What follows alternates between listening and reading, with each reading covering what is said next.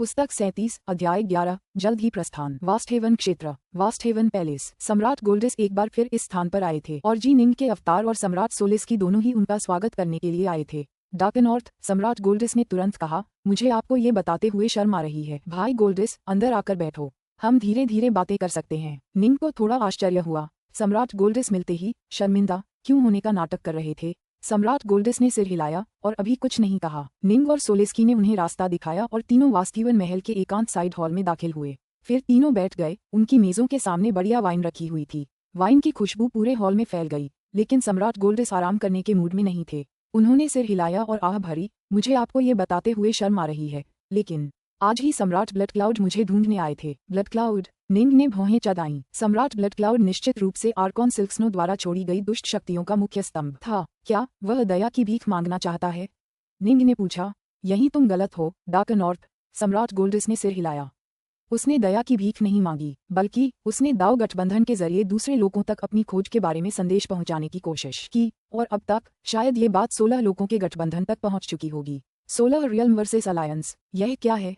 निंग हैरान था। एक महान गठबंधन जिसकी स्थापना और नेतृत्व मूलतः रियल्म्स लॉर्ड विंडग्रेस ने किया था। इसमें 16 निकटतम रियल्म्स के दाव गठबंधन शामिल हैं, जो बाहरी आक्रमणकारियों की स्थिति में स्थिरता, शांति और सहयोगी सुनिश्चित करने के लिए एक साथ आए हैं। हम एक दूसरे को विभिन्न खतरों या महत्वपूर्ण सूचनाओं के बारे में सूचित कर सकते हैं जो हमें मिलती हैं। संकट के समय 16 रियल्म्स पूरी तरह से एकजुट रहेंगे और किसी भी बाहरी ताकत से नहीं डरेंगे। रियल्म्स लॉर्ड विंडग्रेस को सभी 16 रियल्म्स द्वारा सर्वोच्च नेता चुना गया है और उन्हें 16 रियल्म्स गठबंधन का सबसे शक्तिशाली विशेषज्ञ माना जाता है।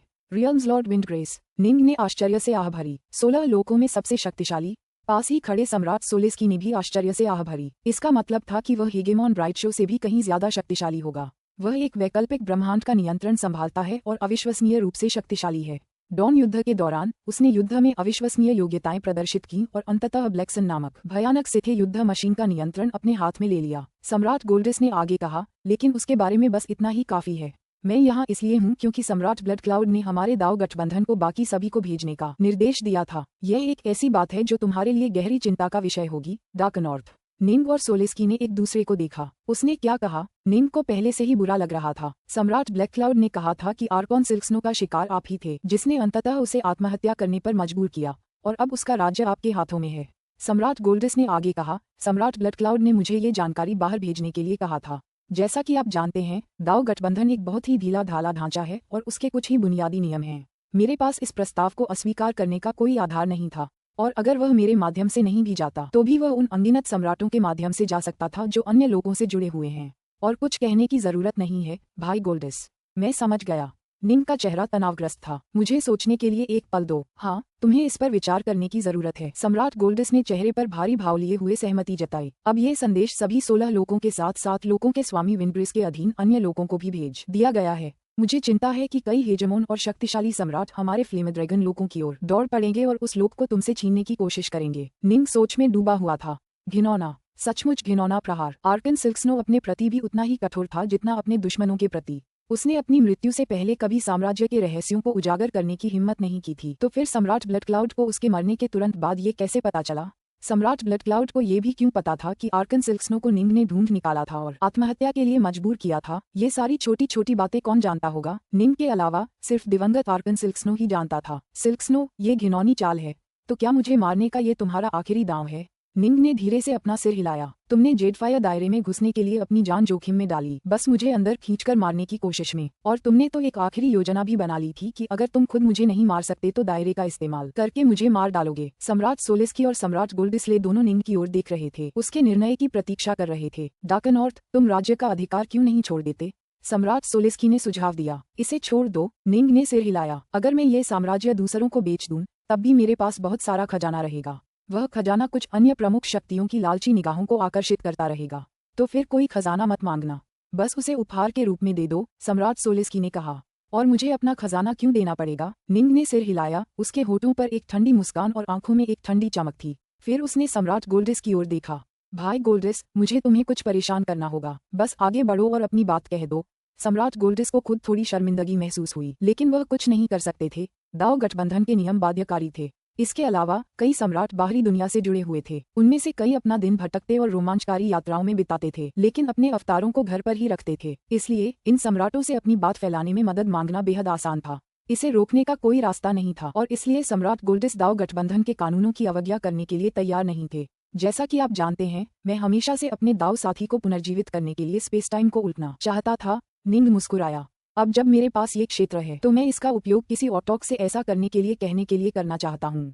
किसी ऑटोक से पूछो। सम्राट गोल्डिस और सम्राट सोलिस की दोनों दंग रह गए। दोनों ने ऑटोक के बारे में सुना था, लेकिन ज्यादातर हेगेमॉन भी कभी किसी से मिल नहीं पाए थे। ठीक है, सम्राट गोल्डिस ने बार बार सिर हिलाया। यह एक अच्छा उपाय है। अगर तुम्हारा खजाना किसी ऑटोक के हाथ लग गया तो कोई कुछ नहीं कर पाएगा। लेकिन डार्कनॉर्थ, मुझे तुम्हें चेतावनी देनी होगी। दाव गठबंधन बस इतना ही कर सकता है कि तुम ऑटोक तक जल्द से जल्द खबर पहुंचा सको। ऑटोक को कितना समय लगेगा ये हम पक्के तौर पर नहीं कह सकते। ऑटोक के लिए दायरे भले ही छोटे छोटे अच्छे खिलौने हों, लेकिन फिर भी वे एक के लिए सब कुछ छोड़ने को तैयार नहीं होंगे। वे तुम्हारा प्रस्ताव तभी स्वीकार करेंगे जब ये सुनिश्चित हो कि ब्रह्मांड में निष्पक्षता के सबसे बुनियादी नियम कायम रहें। मैं समझ गया। निंग ने सिर हिलाया। साधकों में अवतार शक्ति के शिखर पर थे और आसानी से दूसरे ब्रह्मांडों का निर्माण भी कर सकते थे। जब सिथे पराजित हुए तो अवतारकों ने युद्ध की अनगिनत लूट हासिल की होगी। अगर ऐसा नहीं भी था तो भी उनके स्तर पर इन खजानों का उनके लिए कोई खास मतलब नहीं था। वे कमजोर साधकों के प्रति पूरी तरह से बेपरवाह तो नहीं थे, लेकिन वे हर उस व्यक्ति की मदद भी नहीं कर सकते थे जो उनसे बिना सोचे समझे मदद मांगता था। यह उचित नहीं होता। इसलिए ऑटोक एक साधारण सिद्धांत पर काम करते थे। अगर आप चाहते थे कि उनमें से कोई आपकी मदद करे तो आपको उसकी एक उचित कीमत चुकानी पड़ती थी, भले ही उन्हें खुद खजाने की कोई परवाह न हो। ठीक है, मैं अभी संदेश भेजता हूँ, सम्राट गोल्डिस ने कहा। मैं जल्द से जल्द आपको जवाब दूंगा। अच्छा। निंग के सीने में उत्साह उमड़ आया। वह एक तानाशाह से एक एहसान मांग रहा था। एक राज्य के लिए एक एहसान। तानाशाह कब आएगा? ये बात जल्द ही रील्स लॉर्ड विंड्रेस के इलाके में फैल गई। उसकी स्थिति बहुत ही श्रेष्ठ थी। 16 रील वर्सेस एलायंस में वह अकेला ऐसा व्यक्ति था जो किसी ऑटोक से संपर्क कर सकता था। वह किसी लोक प्रभुत्व का उपयोग करके किसी ऑटोक से अपने दाव साथी को पुनर्जीवित करने के लिए कहना चाहता है। ये दाव लॉर्ड डार्कनॉर्थ तो बड़ा रोमांटिक है। लोक प्रभु विंड्रेस ये सुनकर हंसा, फिर तुरंत संदेश भेजने में मदद की। दूर दूर तक फैला घोर अंधकार का क्षेत्र। उस शून्य के भीतर एक विशाल त्रिकोणीय क्षेत्र था जिसके ठीक बीचों बीच चकाचौंध कर देने वाले खूबसूरत महलों की एक श्रृंखला थी, जिनमें से हर एक से सुनहरी रोशनी की किरणें निकल रही थीं। बिल्कुल बीच में एक विशाल महल था जो उन सब में सबसे बड़ा था। गुरु, एक नीला वस्त्र पहने युवक जिसके मुख से अनंत काल की आभा निकल रही थी, महल के भीतर एक निजी कमरे के बाहर आदरपूर्वक खड़ा हो गया। निजी कमरे के अंदर एक गंजा काले वस्त्र पहने बूढ़ा आदमी बैठा था जिसके सिर के ऊपर से मांसल एंटीना की एक जोड़ी निकली हुई थी। उसकी सुनहरी आंखें उसके सामने खोपड़ी के आकार के गोल धूसर गोले और उस गोले पर लगे अनगिनत रूनों और आकृतियों पर टिकी थीं। गंजे बूढ़े आदमी के सिर के ऊपर मांसल एंटीना लहरा रहे थे, लेकिन उसकी आंखें उत्साह से भरी थीं। उसने धीरे से हाथ बढ़ाकर धूसर ग्लोब पर एक बार थपथपाया, जिससे अनगिनत आकृतियां तुरंत बदल गईं और एक शक्ति का आभामंडल बन गया। अभी भी ठीक नहीं है। गंजे बूढ़े आदमी ने अपना सिर हिलाया, फिर अपने राख जैसे सफेद दाहिने हाथ से उसे एक और थपथपाया, जिससे वह फिर से शांत हो गया। मास्टर, बाहर से दूसरी पुकार आई। जियान, एर, तुम मुझे क्यों परेशान कर रही हो? तभी बूढ़े आदमी को ध्यान भटकने का एहसास हुआ और उसने जवाब दिया। रियल्स लॉर्ड विंड्रेस ने संदेश भेजा है कि फ्लेम ड्रैगन रियल्म्स में दाव लॉर्ड डार्कनॉर्थ नाम का कोई व्यक्ति एक रियल शिप का उपयोग करके आपसे अपने दाव साथी को पुनर्जीवित करने के लिए स्पेस टाइम को उलटने में मदद मांगना चाहता है। बाहर नीले वस्त्र पहने युवक ने सम्मानपूर्वक कहा। एक और प्रेम रोगी आदमी। गंजे बूढ़े ने सिर हिलाया। ठीक है, ठीक है, समझ गया। मुझे परेशान मत करो, मैं अभी वहां जा रहा हूँ। जल्द ही। दरवाजे के बाहर खड़ा युवक धीरे से बुदबुदाया। गुरुजी, पिछली बार जब आपने कहा था कि आप जल्द जाएंगे तो आपने 600,000 से ज्यादा अराजकता चक्रों की देरी कर दी थी। शर्मिंदगी और झुंझलाहट से गंजे बूढ़े के एंटीना तुरंत मुड़ने लगते हैं। तुम्हारी हिम्मत कैसे हुई मेरा मजाक उड़ाने की? इस बार ये सचमुच जल्दी हो जाएगा। मैंने इस खजाने की मरम्मत लगभग पूरी कर ली है। बस थोड़ा सा और काम बाकी है। मरम्मत पूरी होते ही मैं यहाँ आ जाऊंगा। ठीक है, इस प्रोजेक्ट के पूरा होने से पहले मुझे फिर से परेशान मत करना। ठीक है। नीले वस्त्र पहने युवक के पास वहां से जाने के अलावा कोई विकल्प नहीं था और फिर उसने ये जवाब अपने अच्छे मित्र रियल्स लॉर्ड विंड्रेस को भेज दिया। पुस्तक 37 अध्याय 12 अनुरक्षण। जी निंग को संदेश भेजने में मदद करने के बाद सम्राट गोल्डिस ने तुरंत प्रस्थान करने की जल्दी नहीं की। इसके बजाय वह वास्टेवन महल में ही रुके रहे क्योंकि उन्हें ऑटोक का जवाब चाहिए था। ठीक आधे दिन बाद वह जवाब आ गया। डार्कनॉर्थ। सम्राट गोल्डिस ने तुरंत निंग को ढूंढ निकाला। निंग एक पहाड़ की चोटी पर चुपचाप बैठा था। जब उसने सम्राट गोल्डिस को अपनी ओर उड़ते देखा तो वह घबरा गया। क्या हमारे पास कोई जवाब है? फुफ। सम्राट गोल्डिस उनके बगल वाली पहाड़ी की चोटी पर उतरे।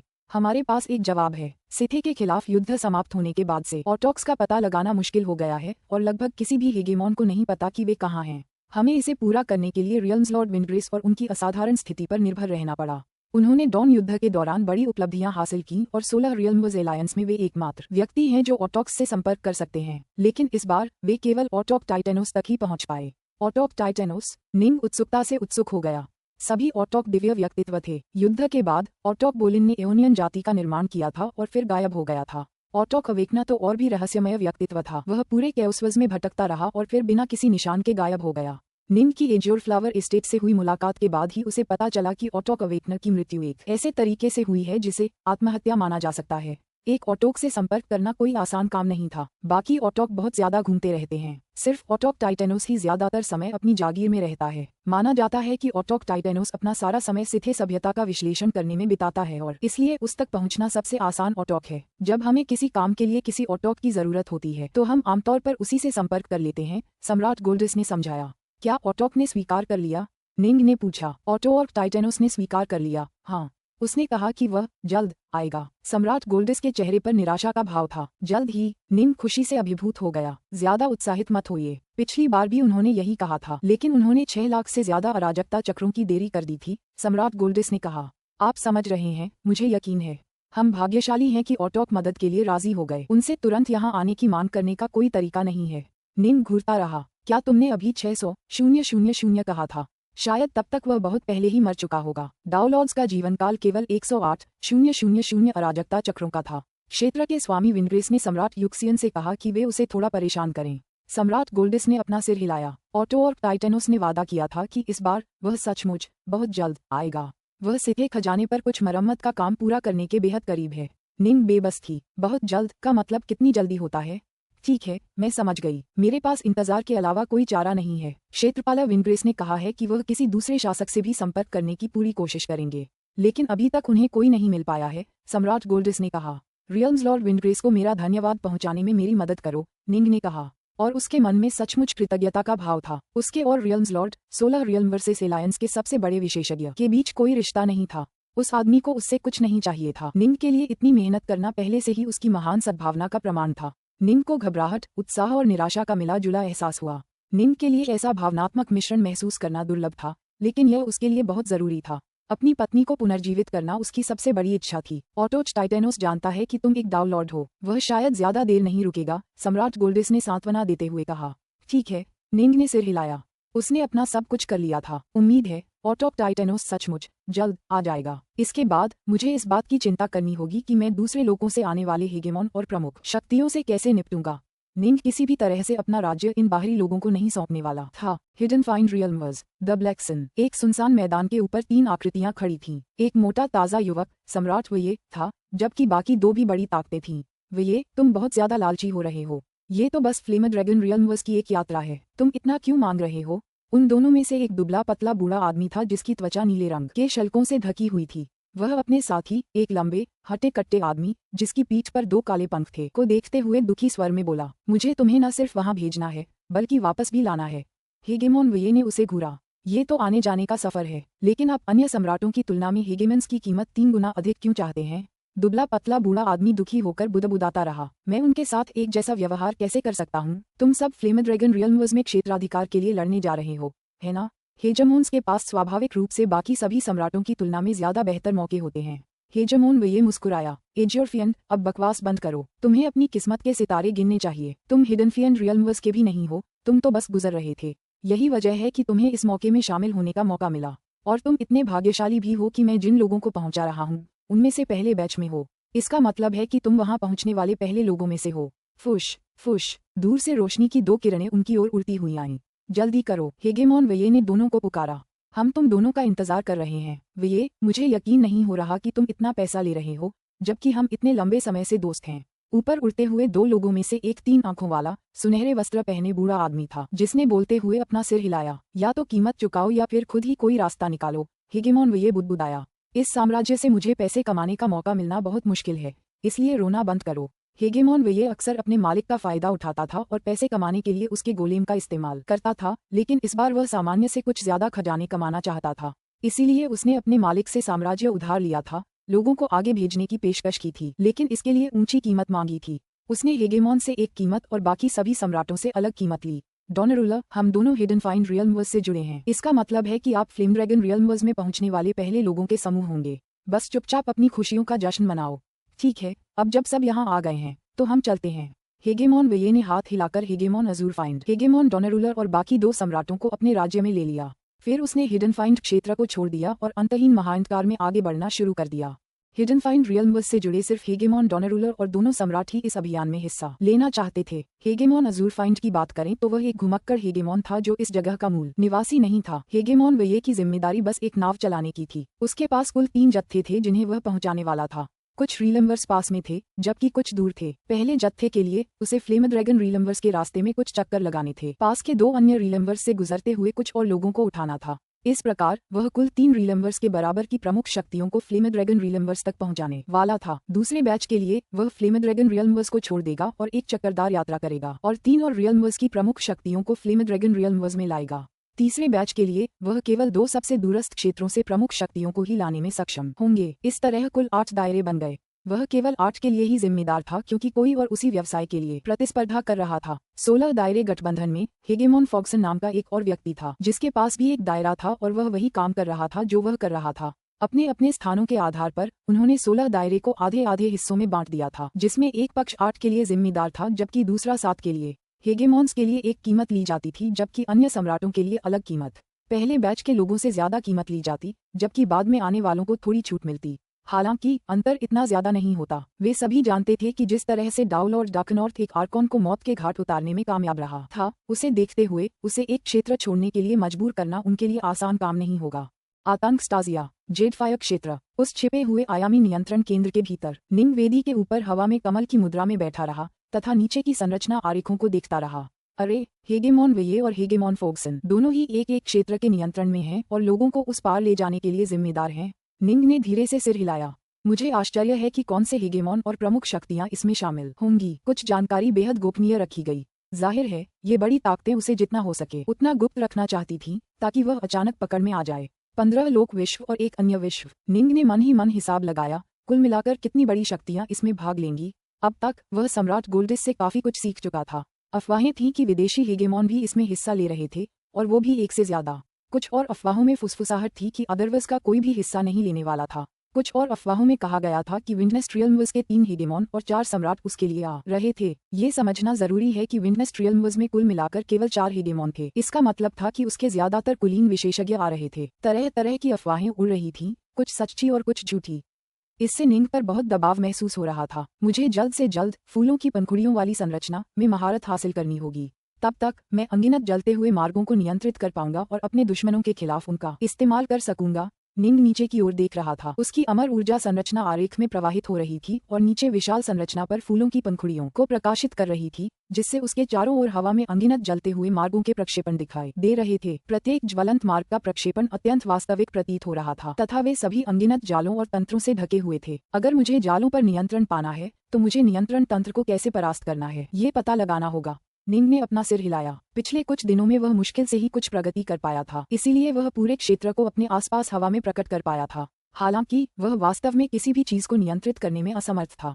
पुस्तक 37 अध्याय 13 नियंत्रण। समय बीतता गया। एक दिन जी निंग का primal twin azure flower estate में ही रहा और ओटॉक के पत्थर के मंच पर निर्भर होकर उन विभिन्न तकनीकों पर ध्यान केंद्रित करता रहा जो 7 ज्वलंत नरक संरचना के समान ही थीं। 10 साल, 100 साल, 1000 साल, पलक झपकते ही 9000 वर्ष बीत गए। हा, विशाल 7 ज्वलंत नरकों की संरचना चित्र के ऊपर हवा में कमल मुद्रा में बैठे श्वेत वस्त्रधारी निंग अपने पैरों पर खड़े होते ही जोर जोर से हंसने लगे। उनके चेहरे पर प्रसन्नता के भाव थे। उनके पूरे शरीर से अमर ऊर्जा उमड़ पड़ी। संरचना चित्र में भर गई और फूलों की पंखुड़ियों की ओर बहने लगी। धमाका, धमाका, धमाका। अनगिनत जलते हुए रास्तों के उभार एक बार फिर उसके चारों ओर हवा में दिखाई देने लगे। हर रास्ता रेशम के रेशे जितना पतला था और हर रेशे जैसा रास्ता अनगिनत तंत्रों और जालों से भरा हुआ था। सच तो ये था कि निंग उन सबको नंगी आंखों से साफ देख सकता था और अब वह उनमें से हर एक को नियंत्रित भी कर पा रहा था। 900,000 वर्षों से भी ज्यादा ध्यान करने के बाद मैं आखिरकार फूल की पंखुड़ियों की रचना को समझने में कामयाब हो गया हूँ। निंग के चेहरे पर प्रसन्नता के भाव थे। हालांकि असली दुनिया में सिर्फ 9000 वर्ष ही बीते थे, लेकिन उसके प्राइमल ट्विन ने ये पूरा समय 100 गुना कालिक त्वरण के तहत बिताया था। Clack clack clack clack, boom boom boom boom. जेडफायर क्षेत्र बेहद विशाल था और धधकते रास्ते उसका सबसे बड़ा हिस्सा थे।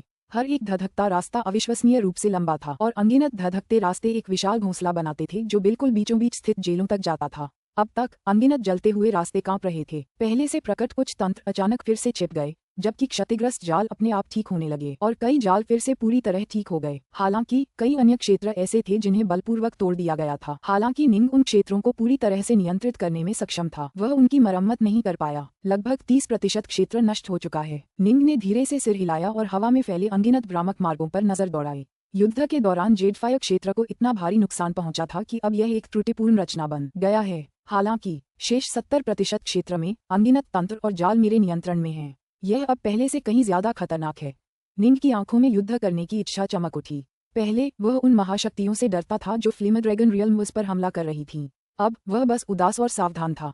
उसे उनसे निपटने और जवाबी हमला करने की अपनी संभावनाओं पर पूरा भरोसा था। पहले अनगिनत जलते हुए रास्तों के भीतर कई तंत्र और जाल खुले हुए थे क्योंकि उन पर किसी का नियंत्रण नहीं था। इससे उनके लिए तंत्रों को पार करना बेहद आसान हो गया था। अब जब उनके पास फिर से एक स्वामी था तो चीजें अलग थीं। अगर आप जाल को सक्रिय नहीं भी करते तो भी निंग आपको घेरने के विचार से उसे सक्रिय कर सकता था। कुछ बेहद शक्तिशाली तंत्र थे जिन्हें छोड़ने पर ऐसे विस्फोट निकलते थे जो 10 अरब किलोमीटर से भी ज्यादा दूरी तक फैल सकते थे। उनसे बचने का कोई रास्ता नहीं होता। निंग ने मन ही मन सोचा, कई हेगेमॉन मेरे खिलाफ आए हैं, लेकिन मैं डार्क नॉर्थ जरूरी नहीं कि हार जाऊं। हालांकि अब सुरंग के रास्तों पर नियंत्रण होने के कारण निंग को अपनी जीत का पूरा भरोसा था। फिर भी उसने अति आत्मविश्वास दिखाने की हिम्मत नहीं की। वह जानता था कि उसके दुश्मन कितने ताकतवर हैं और वे सभी जानते थे कि जेडफायर क्षेत्र कितना खतरनाक है। उन्हें आसानी से फंसाना नामुमकिन था। केवल एक ही चीज बची है, वह है केंद्र में स्थित फूल पुनकेसर संरचना। निंग ने संरचना के सबसे कठिन से समझने वाले हिस्से यानी जेल क्षेत्रों को नियंत्रित करने वाले हिस्से का विश्लेषण करने पर काम करना शुरू किया। फूल पुनकेसर संरचना को नियंत्रित करने का मतलब था उस क्षेत्र की सभी जेलों पर नियंत्रण, जिससे वह नाइनडस्ट को बचा सके। दुर्भाग्य से कई जेलें नष्ट हो चुकी थीं। अगर वे सभी पूरी तरह से अक्षुण्ण होती तो उन पर नियंत्रण उसे डेसिमेट्स वेव छोड़ने की क्षमता प्रदान करता। समय बीतता गया। पलक झपकते ही 80,000 से ज्यादा साल बीत गए। फ्लेम ड्रैगन रियल्म्स के भीतर खाली आदिम अराजकता के क्षेत्र में अचानक स्पेस टाइम में एक दरार दिखाई दी, जिसके बाद एक प्राचीन यान के साथ शक्ति का एक अदृश्य बुलबुला उसमें से बाहर निकला। हा सब लोग, हम फ्लेम ड्रैगन रियल्म्स में पहुंच गए हैं। एक जोरदार हंसी सुनाई दी। उसके बाद उड़ता हुआ जहाज हवा में गायब हो गया और उसकी जगह आकृतियों का एक समूह प्रकट हुआ। कुल 10 आकृतियां थीं। एक हेगेमॉन वये था, बाकी सभी विभिन्न प्रमुख शक्तियां थीं जिन्हें उसने उठाया था। मैं तुम सबको पहले ही फ्लेम ड्रैगन रियल्म्स में ले आया हूँ। हेगेमॉन वये ने 9 को देखा। तुम खुद तय कर सकते हो कि तुम यहाँ सम्राटों के अगले समूह की प्रतीक्षा करना चाहते हो या अकेले ही डाउल और डार्क नॉर्थ का शिकार करना चाहते हो। संक्षेप में, जब ये सब समाप्त हो जाएगा तो मैं तुम्हें तुम्हारे संबंधित रियल्म्स में वापस लाने आऊंगा। ठीक है, मैं चलता हूँ। मुझे सम्राटों के अगले 2 समूहों को लाने जाना है। धन्यवाद भाई वये, बस दूसरों के साथ थोड़ा समय ले लो। जितना देर करोगे उतना अच्छा है। 9 महाशक्तियाँ सभी अच्छे मूड में थीं। समय और दूरी को देखते हुए उन्हें सबसे पहले पहुंचना चाहिए था। हेगेमॉन वये ने अपने राज्य पर नियंत्रण कर लिया और चला गया। चलो चलें, टेरास्टाजिया और जेडफायर क्षेत्र की ओर चलें। दुबले पतले नीले भूरे बालों वाले बूढ़े हेगेमॉन एजोरफियंड ने धीमी आवाज में कहा। वहां मौजूद 9 सम्राटों में से 5 हेगेमॉन थे, जबकि बाकी 4 अपने आप में काफी शक्तिशाली थे। केवल वे ही यहाँ आने की हिम्मत कर सकते थे जिन्हें अपनी क्षमताओं पर पूरा भरोसा हो, और हेगेमॉन एजोरफियंड समूह में सबसे शक्तिशाली था। चल दर, हम टेरास्टाजिया से बहुत दूर नहीं हैं। मैं सबसे तेज चलता हूँ। मैं सबको अपने साथ ले जाऊंगा। एक आदमी ने सुंदर नीले वस्त्र पहने मुस्कुराते हुए कहा। उसकी उंगलियां अल्बास्टर जेड जैसी चिकनी थीं, और जैसे ही उसने अपनी उंगली हिलाई उसने आसानी से स्पेस टाइम में एक रास्ता बना लिया। चूंकि हेगेमॉन ओल्डगेम ने हमारा मार्गदर्शन करने का निर्णय लिया है, तो आइए हम आगे बढ़ें और उनके दयालु प्रस्ताव को स्वीकार करें। अन्य प्रमुख शक्तियों ने अस्वीकार नहीं किया। हालांकि हेगेमॉन ओल्डगेम टेरास्टाजिया से पूरी तरह परिचित नहीं था, फिर भी यात्रा के मामले में वह वाकई एक दुर्जेय व्यक्ति था। जेडफायर दायरे से बाहर पहुंचने में उसे लगभग 1 सदी ही लगी। जेडफायर क्षेत्र कितना सुंदर! हेगेमॉन ओल्डगेम उनके सामने लपटों के विशाल भंवर को घूर रहा था। हर लपट फूल की पंखुड़ी जैसी लग रही थी। माना जाता है डॉन युद्ध के दौरान ये हमारे लोगों के लिए एक बुरा सपना था। कई बड़ी ताकतें यहाँ कैद थीं, और जो भी अंदर गया वह मारा गया। सब लोग, हमने जेडफायर दायरे के बारे में काफी जानकारी इकट्ठा कर ली है।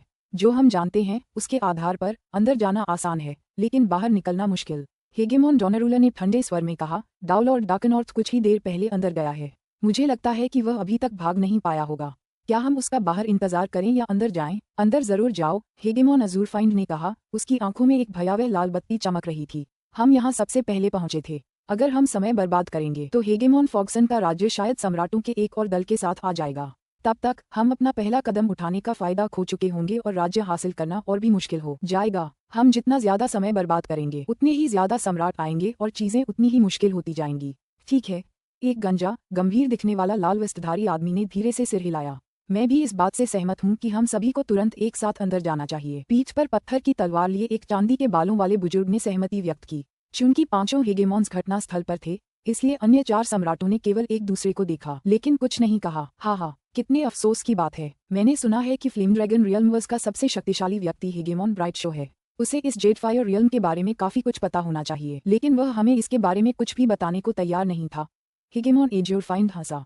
फिर भी हम काफी खुफिया जानकारी इकट्ठा करने में कामयाब रहे। ये काफी होना चाहिए। जेडफायर रियल्म बहुत पहले ही ध्वस्त हो चुका है और अब हमारे लिए ज्यादा खतरा नहीं होना चाहिए। आओ अंदर चलते हैं। हेगेमॉन एज्योरफाइंड तुरंत प्रकाश की एक लकीर में बदल गया और अंदर उड़ गया। चलो चलें, हेगेमॉन ओल्डगेम ने कहा। अब सब एक साथ हैं, चलो चलें। 9 सम्राट आग की विशाल भंवर में अकेले या जोड़े में आगे बढ़ने लगे। जल्द ही वे सभी जेडफायर क्षेत्र में प्रवेश कर गए। क्या इतने सारे ज्वलंत मार्ग हैं? जेडफायर क्षेत्र में प्रवेश करने के बाद सम्राटों ने दूर दूर तक अनगिनत ज्वलंत सुरंगें देखीं। हमें कौन सा चुनना चाहिए? हम सज्जनों, क्या हम अब भी साथ यात्रा करने की योजना बना रहे हैं? हाँ, मुझे अकेले चलने की आदत है। मैं पहले अंदर जाऊंगा। अगर मैं सबसे पहले डाउ लॉर्ड डार्कनॉर्थ को ढूंढ लूं तो राज्य मेरा हो जाएगा। हेगेमॉन अज़ूरफाइंड दुष्टता से हंसा। वह तुरंत अपने बगल में स्थित एक जलते हुए गलियारे में घुस गया। वह सम्राटों के इस समूह का सबसे शक्तिशाली सदस्य था और इसलिए स्वाभाविक रूप से दूसरों के साथ मिलकर काम करने में उसकी कोई दिलचस्पी नहीं थी। उसने यह मानने से इनकार कर दिया कि वह एक साधारण डाउलॉर्ड को मारने में सक्षम नहीं था। चलो चलें। हेगेमॉन डोनारूला ने अपनी 3 आंखों से क्षेत्र को देखा, फिर एक कदम आगे बढ़ाया और सुनहरे प्रकाश में परिवर्तित हो गया जो दूर एक जलते हुए मार्ग में जा रहा था। सब कुछ भाग्य पर छोड़ दो। लाल वस्त्र पहने गंजे गंभीर चेहरे वाले आदमी के चेहरे पर एक हल्की सी मुस्कान थी जब वह भी जलते हुए रास्तों में से एक में उड़ गया। भाई ओल्डगेम, चलो साथ में यात्रा करते हैं। चांदी के बालों वाले बुजुर्ग ने अपनी पीठ पर प्राचीन पत्थर की तलवार के साथ पूछा। चलो। हेगेमॉन ओल्डगेम मुस्कुराया। ये दोनों हेगेमॉन एक साथ जलते हुए मार्ग की ओर उड़े। ये दोनों एक ही लोक ब्रह्मांड से आए थे और एक दूसरे के साथ बहुत अच्छे संबंध रखते थे। अगर उन्हें लोक अधिकार मिल जाता तो वे उसे साझा करते। इससे कोई फर्क नहीं पड़ता कि उसका मालिक कौन है। पांचों हेगेमॉन अंदर चले गए हैं। हमें भी जाना चाहिए। बाकी बचे 4 सम्राटों ने एक दूसरे को देखा। जल्द ही वे 2-2 की टुकड़ियों में बंट गए और जलते हुए रास्तों में उड़ गए। जेडफायर क्षेत्र के भीतर छिपा हुआ नियंत्रण क्षेत्र निंग वेदी के ऊपर हवा में बैठा रहा और अपनी निगाहों से आसपास के क्षेत्र को देखता रहा। उसके आसपास के क्षेत्र में जेडफायर क्षेत्र के ज्वलंत मार्गों के प्रक्षेपण दिखाई दे रहे थे, साथ ही उन मार्गों से गुजरती 9 आकृतियां भी। ये 9 आकृतियां पहले एक साथ जेडफायर क्षेत्र में प्रवेश कर चुकी थीं, फिर अलग अलग मार्गों से अलग अलग प्रवेश कर चुकी थीं। निंग ने ये सब ध्यान से देखा था। क्या वे आ गए हैं? निंग ने धीरे से कहा। ये पहला बैच पहले ही मुझ पर काफी दबाव डाल रहा है। पुस्तक 37 अध्याय 14 चारा। चूंकि जी निंग जानता था कि विभिन्न लोगों से कई प्रमुख शक्तियां उसके लिए आ रही हैं, इसलिए स्वाभाविक रूप से उसने अपने शत्रुओं के बारे में काफी सामग्री और जानकारी हासिल कर ली थी। हेगेमॉन ब्राइटशो और सम्राट गोल्डिस विशेष रूप से सहायक रहे थे, जिन्होंने निंग को 16 लोगों के गठबंधन के सबसे प्रसिद्ध हेगेमॉन और अत्यंत शक्तिशाली सम्राटों के बारे में विस्तृत जानकारी दी थी। इस प्रकार जब निंग ने उन 9 आकृतियों को संरचना आरेख के माध्यम से देखा तो वह उन्हें एक ही बार में पहचानने में सक्षम हो गया। इन 9 में से 5 हेगेमॉन हैं। हेगेमॉन ओल्डगेम और पैरागॉन ऑफ स्वॉर्ड्स वाकई साथ काम कर रहे हैं। वे सब बेहद सतर्क हैं। निंग ने धीरे से अपना सिर हिलाया। हेगेमॉन डोनारूला, हेगेमॉन एवररी, अरे ये हेगेमॉन एज्योरफाइंड होना चाहिए। निंग की नजर उस आकृति पर टिकी थी। हेगेमॉन अज़ूरफाइंड जलते हुए रास्तों से सावधानी से उड़ रहा था। उसकी आंखें ठंडी रोशनी से चमक रही थीं और वह ध्यान से अपने सामने के क्षेत्र को देख रहा था। हेगेमॉन अज़ूरफाइंड अपने आगे के रास्ते का पता लगाने के लिए रस्सी जैसे जादुई खजानों का भी इस्तेमाल कर रहा था। माना जा रहा है कि हेगेमॉन एज्योरफियंड इस कारनामे में शामिल कई विदेशी हेगेमॉन्स में से एक है। निंग ने हेगेमॉन एज्योरफियंड की बारीकी से जांच की। उसकी जानकारी के अनुसार हेगेमॉन्स की शक्ति में अंतर था। उदाहरण के लिए हेगेमॉन ब्राइटशो फ्लेम ड्रैगन रियल्मवर्स का नंबर 1 हेगेमॉन था। 16 रियल्मवर्स एलायंस में भी हेगेमॉन ब्राइटशो इतना शक्तिशाली था कि उसे शीर्ष 5 में स्थान मिला। लेकिन जाहिर है किसी को भी इससे ज्यादा विस्तार से रैंक करने का कोई तरीका नहीं था, क्योंकि ज्यादातर हेगेमॉन्स ने वास्तव में कभी एक दूसरे से लड़ाई नहीं की थी। मोटे तौर पर रैंकिंग केवल उनके पिछले प्रदर्शन के आधार पर ही हो सकती थी। यही वजह थी कि रियल्म्स लॉर्ड विंड्रेस को सबसे शक्तिशाली माना गया। इसके बाद हेगेमॉन ब्राइटशो जैसे लोग आए। हेगेमॉन विंड्रिन और हेगेमॉन नेदरलिली को 16 रियल्म वर्सेस एलायंस में काफी साधारण हेगेमॉन माना जाता था। हेगेमॉन एज्योरफियंड बेहद मशहूर है। माना जाता है कि वह एक कैओस गॉड बीस्ट के रूप में पैदा हुआ था और उसका स्वभाव अजीब है। वह बेहद शक्तिशाली है और हेगेमॉन्स में भी उसका स्थान ऊंचा है। निंग ने सोचा। खुफिया रिपोर्टों के अनुसार वह हेगेमॉन नेदरलिली और हेगेमॉन विंडरिन से भी ज्यादा शक्तिशाली होना चाहिए। इस बैच के 5 हेगेमॉन्स में वह सबसे शक्तिशाली होना चाहिए। 16 लोग परंपरा गठबंधन में कुछ ही लोग थे जो हेगेमॉन एजियोरफिएंट को सत्ता में दबा सकते थे। हेगेमॉन एजियोरफिएंट, है ना? निंग के मन में कई विचार कौंधे। मैं पहले कमजोरी का नाटक करूंगा। आखिरकार ये 5 हेगेमॉन आने वाले हेगेमॉन का एक छोटा सा हिस्सा ही है। मेरे पास बस एक ही तुरुप का पत्ता है, जलते हुए रास्तों पर मेरा नियंत्रण। एक बार जब मैं इसे उजागर कर दूंगा तो बाद में आने वाले हेगेमॉन और सम्राट और भी ज्यादा सावधान हो जाएंगे। हो सकता है कि वे सब एक साथ यात्रा करें। इससे मेरे लिए चीजें बहुत मुश्किल हो जाएंगी, निंग ने सोचा। केवल कमजोरी का दिखावा करके ही वह अपने दुश्मनों को खुद को कम आंकने के लिए बहका सकता था। तभी उसके दुश्मन स्वतंत्र रूप से आगे बढ़ पाते थे, क्योंकि जब उन्हें लगता था कि निंग कोई खतरा नहीं है तभी वे दूसरे हेगेमॉन्स से मुकाबला करने के बारे में सचमुच चिंतित होते थे। यह निंग के लिए फायदेमंद होता था। ज्वलंत मार्गों पर मेरा नियंत्रण एक घातक तुरुप का पत्ता है। मुझे इसे अधिकतम प्रभाव वाले क्षण के लिए बचाकर रखना होगा। स्थिति को पलटने का यही मेरा एकमात्र तरीका है। निंग की नजर अनगिनत मार्गों से आगे बढ़ती 9 भ्रामक आकृतियों पर टिकी थी। उनकी हर एक हरकत उसकी दृष्टि के क्षेत्र में थी। ये जेडफायर क्षेत्र वाकई बहुत बुरी हालत में है। कुछ तंत्र दिखाई दिए हैं, लेकिन मैं उन सभी को दूर से ही देख पाया। हेगेमॉन एजियोरफाइंड आगे की ओर उड़ता रहा। 2 अरब किलोमीटर लंबी रस्सियां उसके आगे रास्ता तलाश रही थीं। किंवदंतियों के अनुसार जेडफायर क्षेत्र जब अपशुअन था तब बेहद भयानक था। अब ये बहुत कमजोर है। कोई आश्चर्य नहीं कि फ्लेम ड्रैगन क्षेत्र के इतने सारे सम्राट अंदर आ पाए, जगह का पता लगा पाए और फिर सुरक्षित निकल गए। हेगेमॉन एजियोरफिएंट ने अपना सिर हिलाया और हंसा। वह धीरे धीरे निश्चिंत हो गया। चीजें उसकी अपेक्षा से कहीं ज्यादा सरल थीं।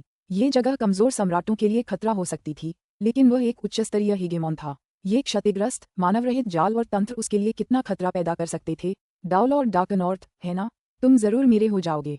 हे, मैं उसे मार डालूंगा और फिर उसका राज्य ले लूंगा, जिससे मैं आसानी से विभिन्न लोकों में घूम सकूंगा। यह अब जितना मुश्किल है उतना नहीं होगा। हेगेमॉन एजियोरफिएंट काफी उत्सुक था। वह एक मनमौजी स्वभाव का था, लेकिन उसे अकेले घूमना और शून्य में रोमांच करना पसंद था। स्वूश! हेगेमॉन एजियोरफाइंड ने जलते हुए मार्गों के माध्यम से उच्च गति पर आगे बढ़ना जारी रखा। आगे के रास्ते का पता लगाने और उनसे आसानी से बचने के लिए उसके पास उपलब्ध कई उपकरणों का उपयोग किया। यह अपेक्षा से कहीं अधिक आसान है। गंजा लाल वस्त्र पहने गंभीर चेहरे वाला आदमी आसमान में टहल रहा था। उसके शरीर से धूसर प्रकाश निकल रहा था जो उसके आगे के क्षेत्र को प्रकाशित कर रहा था और सभी छिपे हुए खतरों को उजागर कर रहा था। सभी प्रमुख शक्तियों को लग रहा था कि जेडफायर क्षेत्र उतना खतरनाक नहीं है जितना उन्होंने सोचा था। अगर वे सावधान रहें तो वे आसानी से आगे बढ़ पाएंगे। समय बीतता गया। एक के बाद एक दिन बीतते गए। जल्द ही हेगेमॉन एजियोरफिएंट सबसे तेज है। वह जलते हुए मार्ग से गुजरकर कारागार क्षेत्र में पहुंचने वाला है। अब मेरे लिए भी अपनी चाल चलने का समय आ गया है। मैं उन्हें कारागार क्षेत्र में घुसने और उसकी खोजबीन करने नहीं दे सकता। निंग अभी भी वेदी के ऊपर कमल मुद्रा में बैठा था, लेकिन अचानक उसके शरीर से एक प्रकाश की किरण निकली जो हवा में एक दूसरे निंग के रूप में प्रकट हुई। यह एक दिव्य शक्ति का क्लोन था। व्हाइट थॉ, चलो चलें, निंग चिल्लाया। ठीक है, व्हाइट थॉ ने आदरपूर्वक कहा। फुसफुसाहट। निंग ने हाथ हिलाया, जिससे प्राचीन लोक शक्ति उसके बगल में प्रकट हो गई। अब वह आर्कन सिल्क्सनो के स्वामित्व के समय की तुलना में कहीं बेहतर स्थिति में थी। निंग और व्हाइट थॉ दोनों लोक शक्ति में प्रवेश कर गए, फिर चुपचाप उस छिपे हुए क्षेत्र से निकल गए और अंदर केवल दिव्य शक्ति का क्लोन ही छोड़ गए। गड़गड़ाहट। निंग की दिव्य शक्ति क्लोन वेदी और संरचना आरेख के ऊपर बैठी रही। अपनी अमर ऊर्जा का उपयोग करके संरचना आरेख में हेरफेर करती रही और दूर से चीजों पर नियंत्रण बनाए रखती रही। संरचना आरेख को नियंत्रित करने में बहुत कम शक्ति लगती थी। हालांकि ये दिव्य शक्ति का प्रतिरूप काफी कमजोर था, फिर भी संरचना आरेख को नियंत्रित करने के लिए अमर ऊर्जा का उपयोग करना अपने आप में सरल था। अपने क्लोन की उपस्थिति में निंग को 9 हेगेमन्स और सम्राटों के स्थानों और व्यवहारों के बारे में लगातार जानकारी रहेगी। शून्य के अंधेरे में एक प्राचीन लोकयान जलते हुए पिंजरे के पास आसमान में मंडरा रहा था और निंग का असली शरीर और व्हाइट थॉ लोकयान के अंदर थे। 10 अरब किलोमीटर आगे एक नीले आकार की आकृति अचानक एक जलते हुए रास्ते से बाहर निकली। इस आकृति से एक बेहद अजीब आभा निकल रही थी। यह कोई प्रभावशाली या दबंग नहीं लग रही थी, लेकिन निंग की खुफिया रिपोर्टों के आधार पर यह निश्चित रूप से एक भयानक आकृति थी जिसे अन्य हेगेमॉन्स में भी उच्च स्थान दिया गया था। हेगेमॉन एजियोरफिएंट। निंग मुस्कुराया। चलो चलें। झट। निंग ने अपने साम्राज्य को नियंत्रित किया और तुरंत पास के एक जलते हुए गलियारे में उड़ गया। अरे! हेगेमॉन अजूरफाइंड जलते हुए रास्तों से निकलकर अभी अभी जेल क्षेत्र में पहुंचा ही था कि उसे अचानक दूर से एक लहर सी महसूस हुई।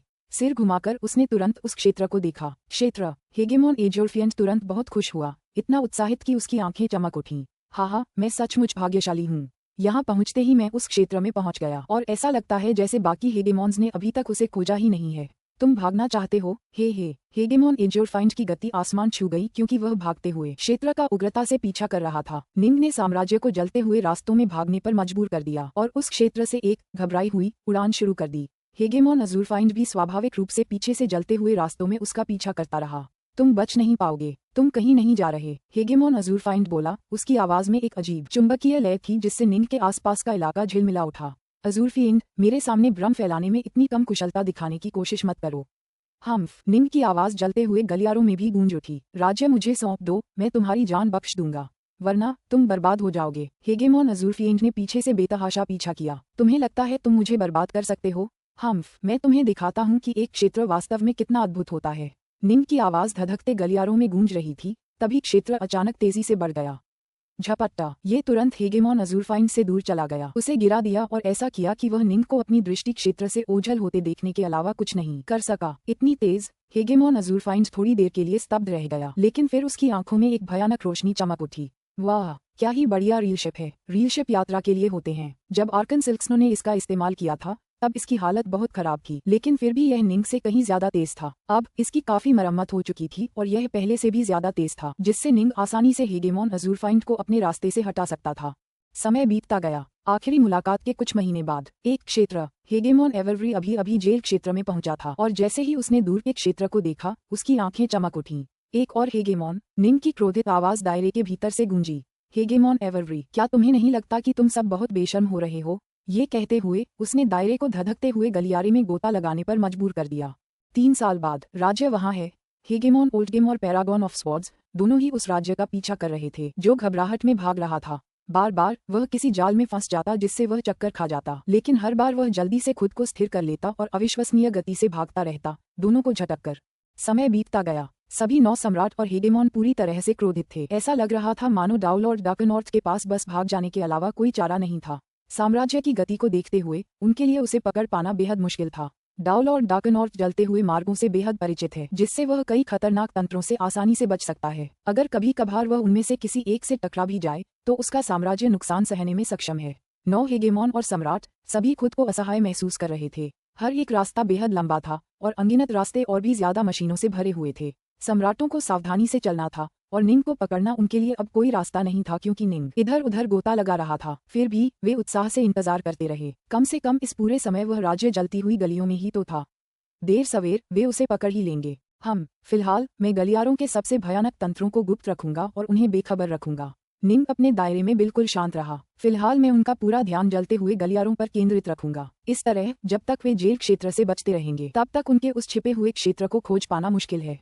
निंग ने उन्हें बार बार बाहर निकालने के लिए खुद को चारे की तरह इस्तेमाल किया था, क्योंकि उसे डर था कि अगर वह यूं ही छिपा रहा तो सम्राट और हेगेमॉन्स उस इलाके की इतनी बारीकी से तलाशी शुरू कर देंगे कि वे जेल क्षेत्र के हर इंच को छान मारेंगे। उस छिपे हुए इलाके का पता लगाना बेहद मुश्किल था और निंग ने खुद उसे व्हाइट थॉ के मार्गदर्शन की बदौलत ही पाया था। लेकिन उसके दुश्मन हेगेमॉन्स ही थे। अगर हेगेमॉन्स का एक पूरा समूह धीरे धीरे और धैर्यपूर्वक किसी क्षेत्र की खोज करने का फैसला करता है तो हो सकता है कि एक दिन वे उसे खोज पाने में कामयाब हो जाएं। एक बार ऐसा करने पर वे उस छिपे हुए क्षेत्र पर कब्जा कर लेंगे और फिर निंग उस संरचना आरेख को नियंत्रित नहीं कर पाएगा। ऐसा होने की संभावना काफी कम थी, लेकिन निंग ने जोखिम लेने की हिम्मत नहीं की। मैं चाहता हूं कि उन्हें पता चले कि मैं जलते हुए रास्तों में हूं। मुझे उनका ध्यान अपनी ओर आकर्षित करना होगा। इस तरह वे जेल क्षेत्र की तलाशी नहीं लेंगे। जब कुछ और हेगेमॉन और सम्राट आ जाएंगे तो मेरे लिए आगे बढ़ने का समय आ जाएगा। निंग बहुत धैर्यवान था। पुस्तक 37 अध्याय 15 दूसरा बैच। जेडफायर क्षेत्र के एक धधकते मार्ग में स्थित उस क्षेत्र में निंग उस क्षेत्र में बैठकर शराब पी रहा था। शराब की खुशबू पूरे बर्तन में फैल रही थी, जबकि रक्षक उसके पास गंभीरता से खड़ा था। व्हाइट थॉ, बैठो और थोड़ी वाइन पियो, निंग ने सहज मुस्कान के साथ कहा। मैं एक गोलेम हूँ, मुझे शराब पीने की जरूरत नहीं है, व्हाइट थॉ ने सपाट लहजे में कहा। निंग ने सिर हिलाया। यही तो तुम गलत हो, मुझे भी शराब पीने की जरूरत नहीं है, पर मुझे शराब पीना पसंद है। हमें भी शौक रखने चाहिए, समझ रहे हो? आओ आओ, मेरे पास ढेर सारी कीमती शराब जमा है, सबका स्वाद चखो। कोई जरूरत नहीं। व्हाइट थॉ वहीं अकेला खड़ा रहा। मैं तुम्हें बैठने का आदेश देता हूँ, निंग ने भौहें चढ़ाईं। जी हाँ गुरुजी, व्हाइट थॉ आज्ञाकारी भाव से बैठ गया। पी लो, निंग ने अपने सामने रखे शराब के प्याले की ओर इशारा किया। व्हाइट थॉ ने प्याला उठाया और कर्तव्यनिष्ठा से शराब पी ली, फिर भौहें चढ़ाकर धीमी आवाज में बोला, मुझे ये पसंद नहीं है। मैंने इसे तब भी चखा था जब मैं अपने पिछले गुरु दाओवादी ब्लूस्टोन के पीछे चलता था। मुझे ये तब भी पसंद नहीं थी, अब भी पसंद नहीं है। निंग सचमुच हैरान रह गया।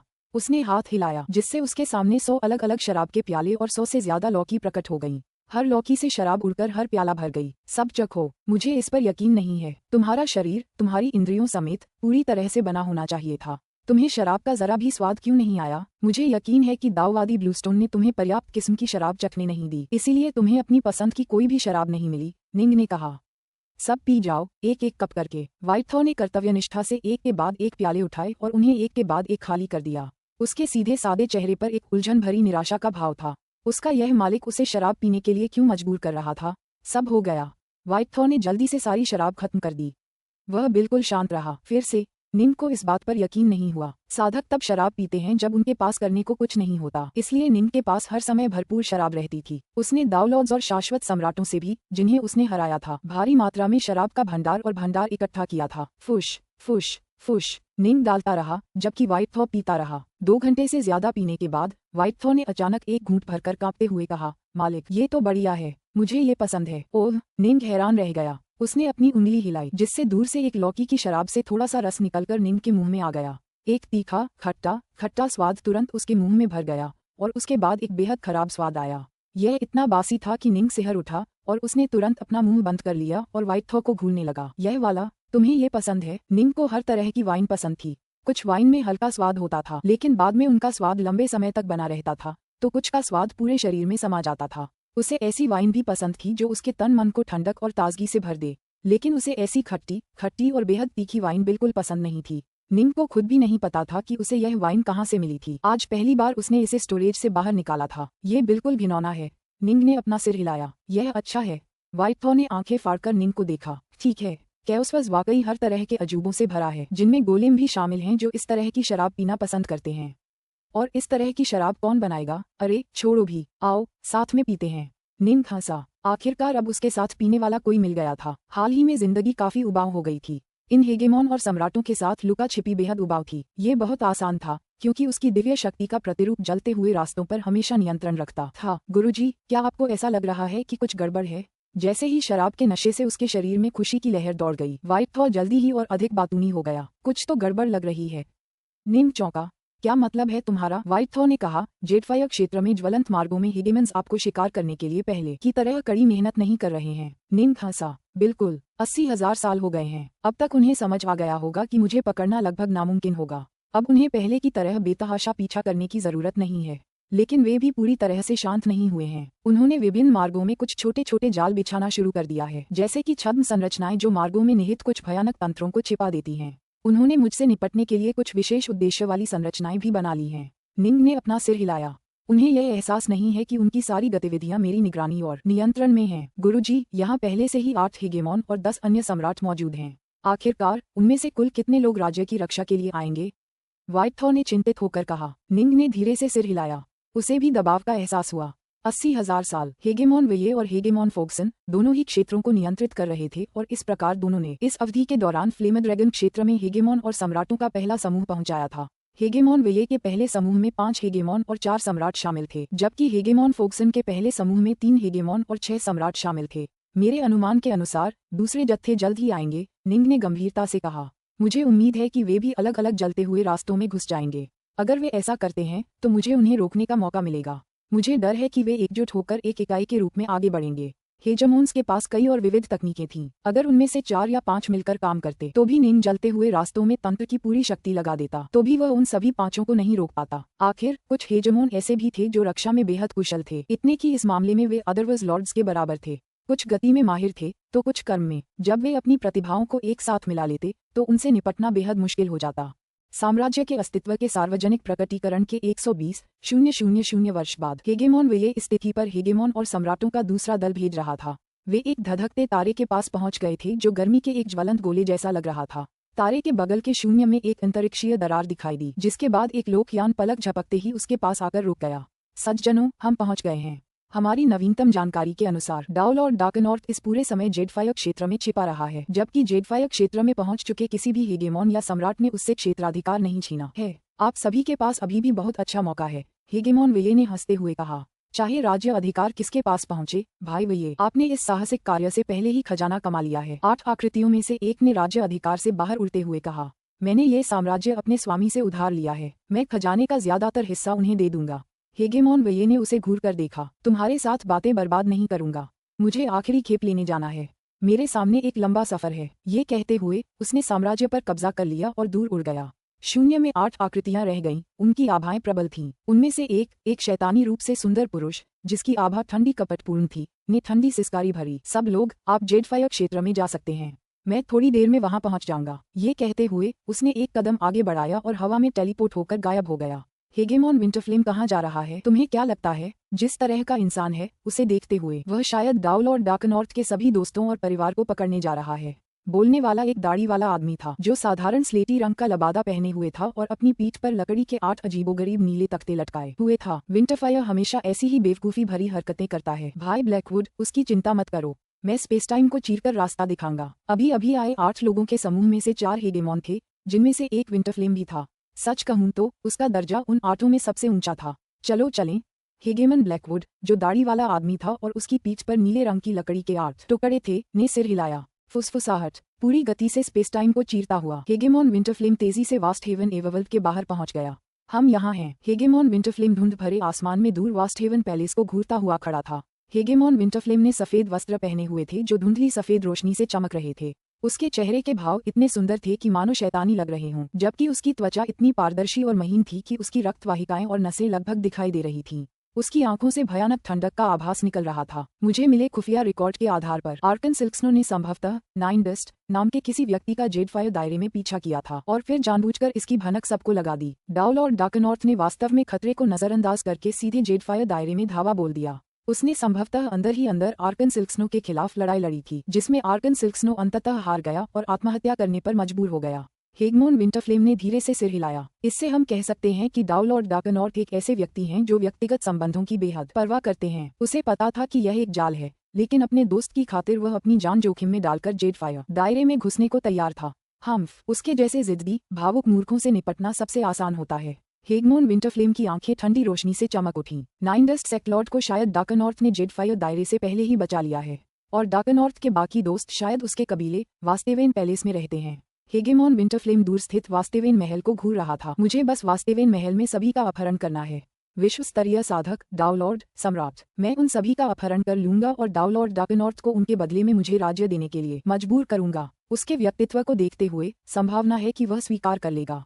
पुस्तक 37, अध्याय 16, विंटरफ्लेम से पहली मुलाकात। वे दूसरे हेगेमॉन और सम्राट मुझसे बहुत पहले आ गए थे, लेकिन उन्होंने कुछ भी हासिल नहीं किया। वे मूर्ख, बस जेडफायर क्षेत्र में अपनी किस्मत आजमाना जानते हैं। मुझे सच में आश्चर्य है कि क्या उनके पास जरा भी दिमाग है।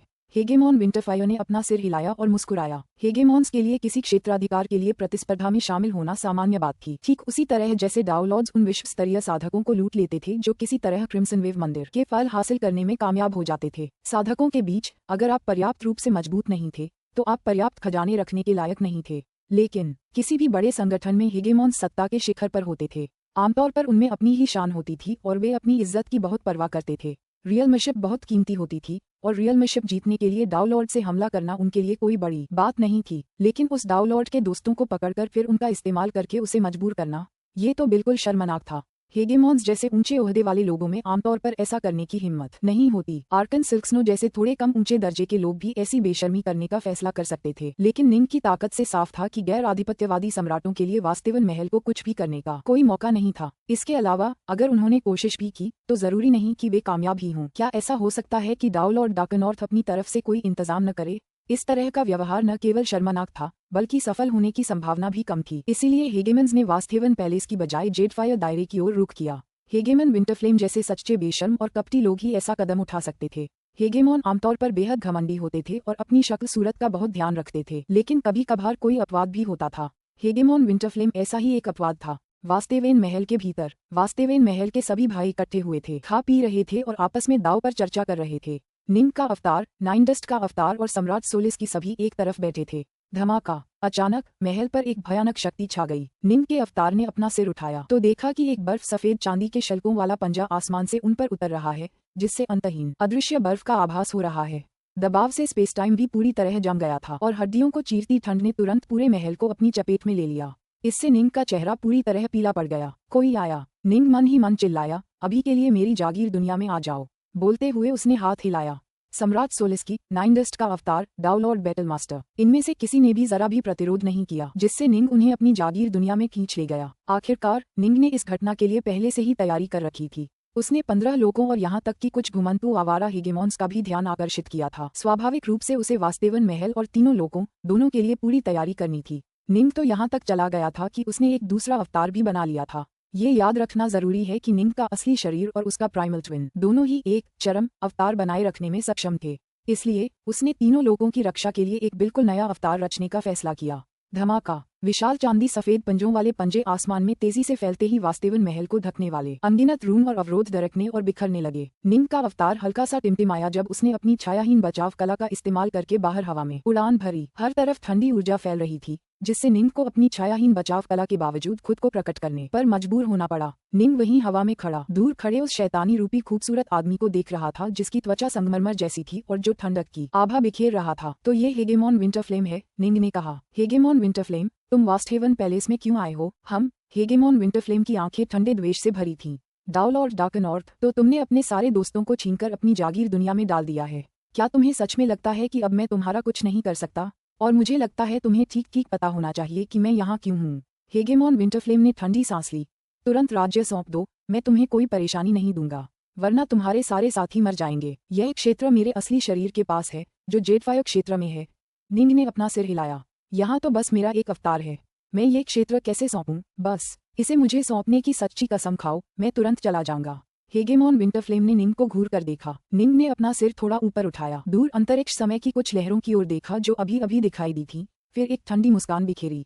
अब शब्दों पर समय बर्बाद करने में कोई दिलचस्पी नहीं रखते हुए उन्होंने कहा, सपने देखते रहो। हम हेगेमॉन विंटरफ्लेम ने भी पीछे की ओर देखा तो पाया कि स्पेस टाइम अलग होने लगा था। बल, कोई भी बल समय पर नहीं पहुंच पाएगा, हेगेमॉन विंटरफ्लेम गुस्से से दहाड़ा। फुस, उसने कहीं से एक सफेद आग का गोला प्रकट किया और उसे आसमान में उड़ा दिया। सफेद आग के गोले के आगे 8 चांदी के शल्कों वाले पंजों की एक श्रृंखला थी, जिनमें से प्रत्येक में थोड़ी थोड़ी सफेद आग थी और वे निंग की ओर तेजी से बढ़ रहे थे। आसपास की दुनिया पूरी तरह से सील कर दी गई थी और ताला लगा दिया गया था, जबकि सफेद आग से निकलने वाली ठंडक की आभा ने निंग के अवतार को भी आश्चर्यचकित कर दिया था। धमाका। उन 8 चांदी जैसे शल्कों वाले पंजों और उनके साथ आई सफेद आग का सामना करते हुए निंग को जबरदस्त खतरा महसूस हुआ। खास तौर पर वह सफेद आग सिर्फ हेगेमॉन विंटरफ्लेम के लिए ही अनोखी थी। इसे विंटरफ्लेम के नाम से जाना जाता था। हेगेमॉन विंटरफ्लेम एक विशिष्ट एबरंट जीवरूप में जन्मा था। उसका असली रूप एक संवेदनशील अग्निगोला था जो धीरे धीरे विकसित हुआ और अपनी शक्ति बढ़ाता गया, अंततः एक हेगेमॉन बन गया। विंटरफ्लेम तकनीक उसकी अनूठी थी और इसे एक अत्यंत ठंडी अग्निगोला कहा जा सकता है। एक बार जब यह अपने से कमजोर किसी को छू लेता तो अपने लक्ष्य को लगभग तुरंत राख में बदल देता। रुको, एक धीमी भयंकर गर्जना हुई जब दूर स्पेस टाइम दरार में एक विशालकाय सिर दिखाई दिया।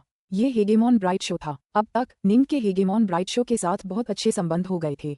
वह वास्तेवन महल की सुरक्षा को लेकर चिंतित था और इसलिए उसने हेगेमॉन ब्राइट शो को इस बारे में बताया था। अतीत में हेगेमॉन ब्राइट शो को वास्तव में इस बात की परवाह नहीं थी कि निंग मरेगा या नहीं, लेकिन जब से निंग ने अपनी असली शक्ति प्रकट की थी, हेगेमॉन ब्राइट शो ने निंग को अपने दाहिने हाथ की तरह देखना शुरू कर दिया था।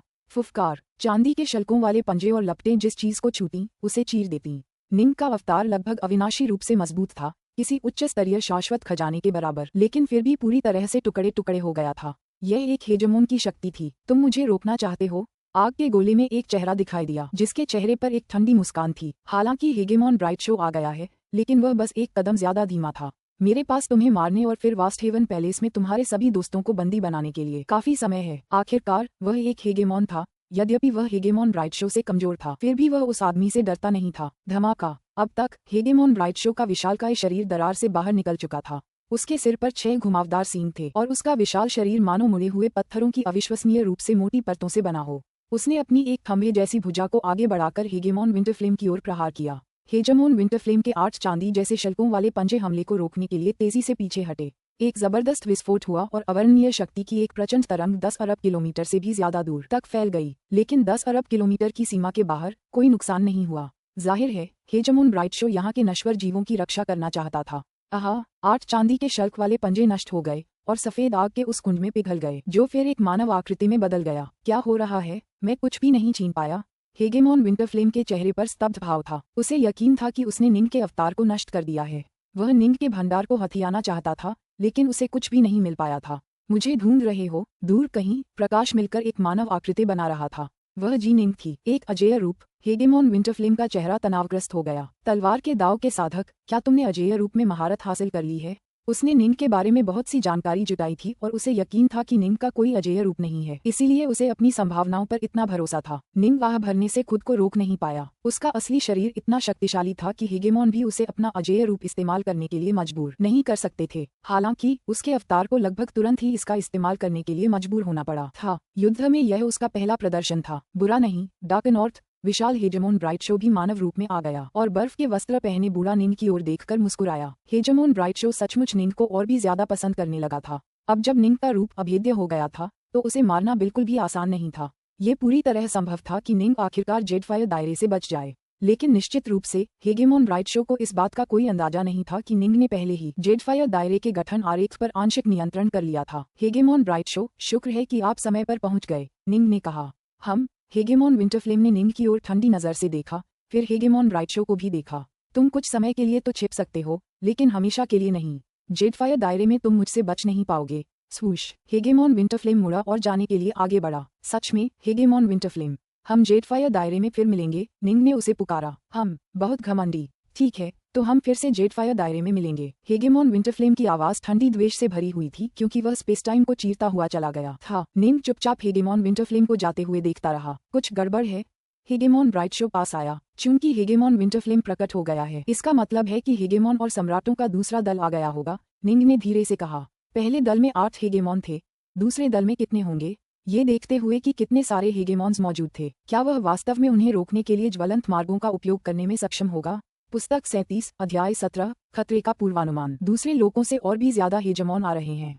हेजेमोन ब्राइटशो ने जी निंग की ओर देखा। डार्क नॉर्थ, क्या तुमने उनसे निपटने की कोई योजना बनाई है? हाँ, निंग ने सिर हिलाया। तो चलो, चलते हैं। मेरे साथ ब्राइटशो साम्राज्य वापस चलो, हेगेमोन ब्राइटशो ने कहा। निंग ने मना नहीं किया। इस बार हेगेमोन विंटरफ्लेम ने हमला किया। अगली बार ये और भी बेशर्म हेगेमोन हो सकता है। अंत में उसका अवतार बहुत कमजोर था। डार्क नॉर्थ तलवारों के बिना उसका अवतार केवल आर्कॉन सिल्क्सनो के बराबर था। यही कारण था कि उसे इतनी आसानी से अपना अजेय रूप प्रकट करने के लिए मजबूर होना पड़ा।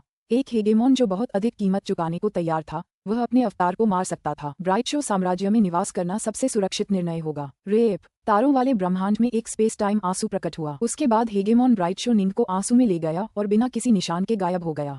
आतंक, स्टाजिया, जेडफायर क्षेत्र, फुसफुसाहट। 7 आकृतियां आग की विशाल भंवर में उड़कर जेडफायर दायरे में प्रवेश कर गईं। ये 7 आकृतियां उन 7 हेगेमन्स और सम्राटों की थीं जो हेगेमन विंटरफ्लेम के साथ फ्लेम ड्रैगन दायरे की इस यात्रा पर थे। हेगेमोन ब्लैकवुड, अब हमें क्या करना चाहिए?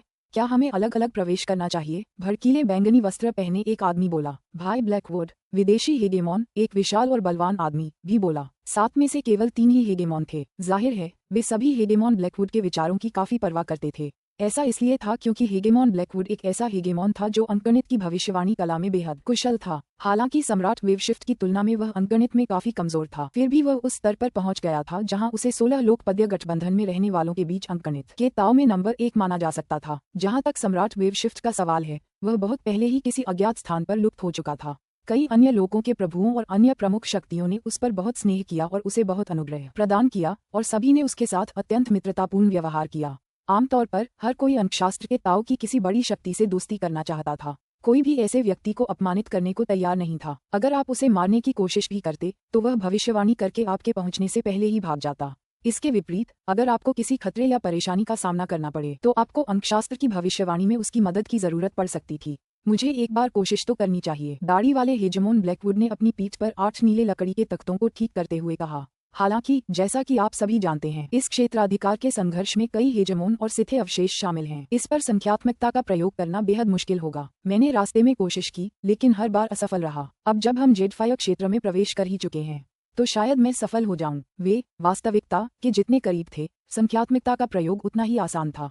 बाकी 6 आकृतियों ने बीच में आने की हिम्मत नहीं की। उन्होंने हेगेमोन ब्लैकवुड को आंखें बंद किए खड़ा देखा, जैसे उसके काले घेरे के पीछे से 8 नीले लकड़ी के तख्ते उड़कर उसे घेर रहे हों। वे वहां हवा में तैर रहे थे, उसके चारों ओर लगातार चक्कर लगा रहे थे और नीले प्रकाश में घूम रहे थे। उनकी सतहों पर अनगिनत रून प्रकट हो रहे थे, मानो शक्ति की एक अदृश्य लहर फैल रही हो। पलक झपकते ही पूरा 1 घंटा बीत गया। हेगेमोन ब्लैकवुड ने आंखें खोलते हुए भौहें चढ़ाईं। भाई ब्लैकवुड, विदेशी हेगेमोन ने तुरंत पूछा। कैसा रहा? बैंगनी वस्त्रधारी हेगेमोन ने भी पूछा। अधीर मत हो, हेगेमोन ब्लैकवुड ने कहा। मेरे पीछे उन जलते हुए रास्तों में से किसी एक में आ जाओ। याद रखना, हम रास्ते के सामने खड़े होंगे। हम असल में अंदर नहीं जाएंगे। ये कहते हुए वह एक रास्ते की ओर उड़ गया। बाकी 6 आकृतियां भी पीछे से तेजी से उसके पीछे चल पड़ीं। वे जल्द ही सबसे नजदीकी रास्ते पर पहुंच गए, जहां वे सब रुक गए। तुम में से कोई भी मुझे परेशान नहीं करेगा, हेगेमन ब्लैकवुड ने निर्देश दिया। फिर वह कमल मुद्रा में बैठ गया और शांति से अपना पूरा ध्यान अंकगणित पर केंद्रित करने लगा। नीले रंग की लकड़ी के 8 टुकड़े लगातार उसके चारों ओर घूम रहे थे, कभी धीमे तो कभी तेज, और उनमें एक अजीब सी लय थी। जैसे ही हेगेमॉन ब्लैकवुड और बाकी लोग प्रकट हुए, निंग को तुरंत इसकी भनक लग गई। उसने दूर से ही इन हेगेमॉन्स पर कड़ी नजर रखी। ठीक नहीं, वे साथ साथ चल रहे हैं। रुको, वे अंदर और अंदर जाए बिना प्रवेश द्वार पर क्यों रुक गए? निंग हैरान था। प्रवेश द्वार पर होने का मतलब था कि वे जब चाहें पीछे हट सकते थे। जलते हुए रास्तों पर निंग का नियंत्रण उसे उन पर कोई नियंत्रण नहीं देता था। हेगेमॉन ब्लैकवुड ने कुल 3 साल अंकगणित का अध्ययन किया। आखिरकार जब उसने अपनी आंखें खोलीं तो उसका चेहरा कुछ पीला पड़ गया था। उसकी निगाहों में थकान साफ झलक रही थी। ब्लैकवुड। अन्य 6 ने हेगेमॉन ब्लैकवुड की ओर देखा। बैंगनी वस्त्रधारी हेगेमॉन उसे पुकार रहा था। जेडफायर क्षेत्र के खतरे मुख्यतः कारागार क्षेत्रों और ज्वलनशील मार्गों में ही रहते हैं। जब तक हम कारागार क्षेत्र से दूर रहेंगे, हमें कोई खतरा नहीं होगा, हेगेमॉन ब्लैकवुड ने कहा। इसलिए हमारे लिए मुख्य रूप से चिंतित होने वाली बातें ज्वलनशील मार्ग हैं। उनमें से एक में शारीरिक रूप से प्रवेश करने के बाद मेरी भविष्यवाणियां पहले से कहीं अधिक स्पष्ट हो गईं। कई अदृश्य शक्तियां मेरी अंकविद्या को बाधित कर रही हैं, और ये व्यवधान अत्यंत शक्तिशाली हैं। हेगेमॉन ब्लैकवुड को यह नहीं पता था कि निंग ने ओमेगा स्वॉर्ड दाव में प्रशिक्षण लिया था। निंग से जुड़ी किसी भी चीज का पता लगाना बेहद मुश्किल काम था। इसमें कितने हेगेमॉन शामिल थे और जेडफायर क्षेत्र के नाम से जाने जाने वाले सिथे खंडहरों को देखते हुए जिन लोगों को अंकगणित के दाव पर लगभग पूरी तरह से महारत हासिल नहीं थी, वे कुछ भी स्पष्ट रूप से नहीं देख पाएंगे। तो निष्कर्ष क्या है?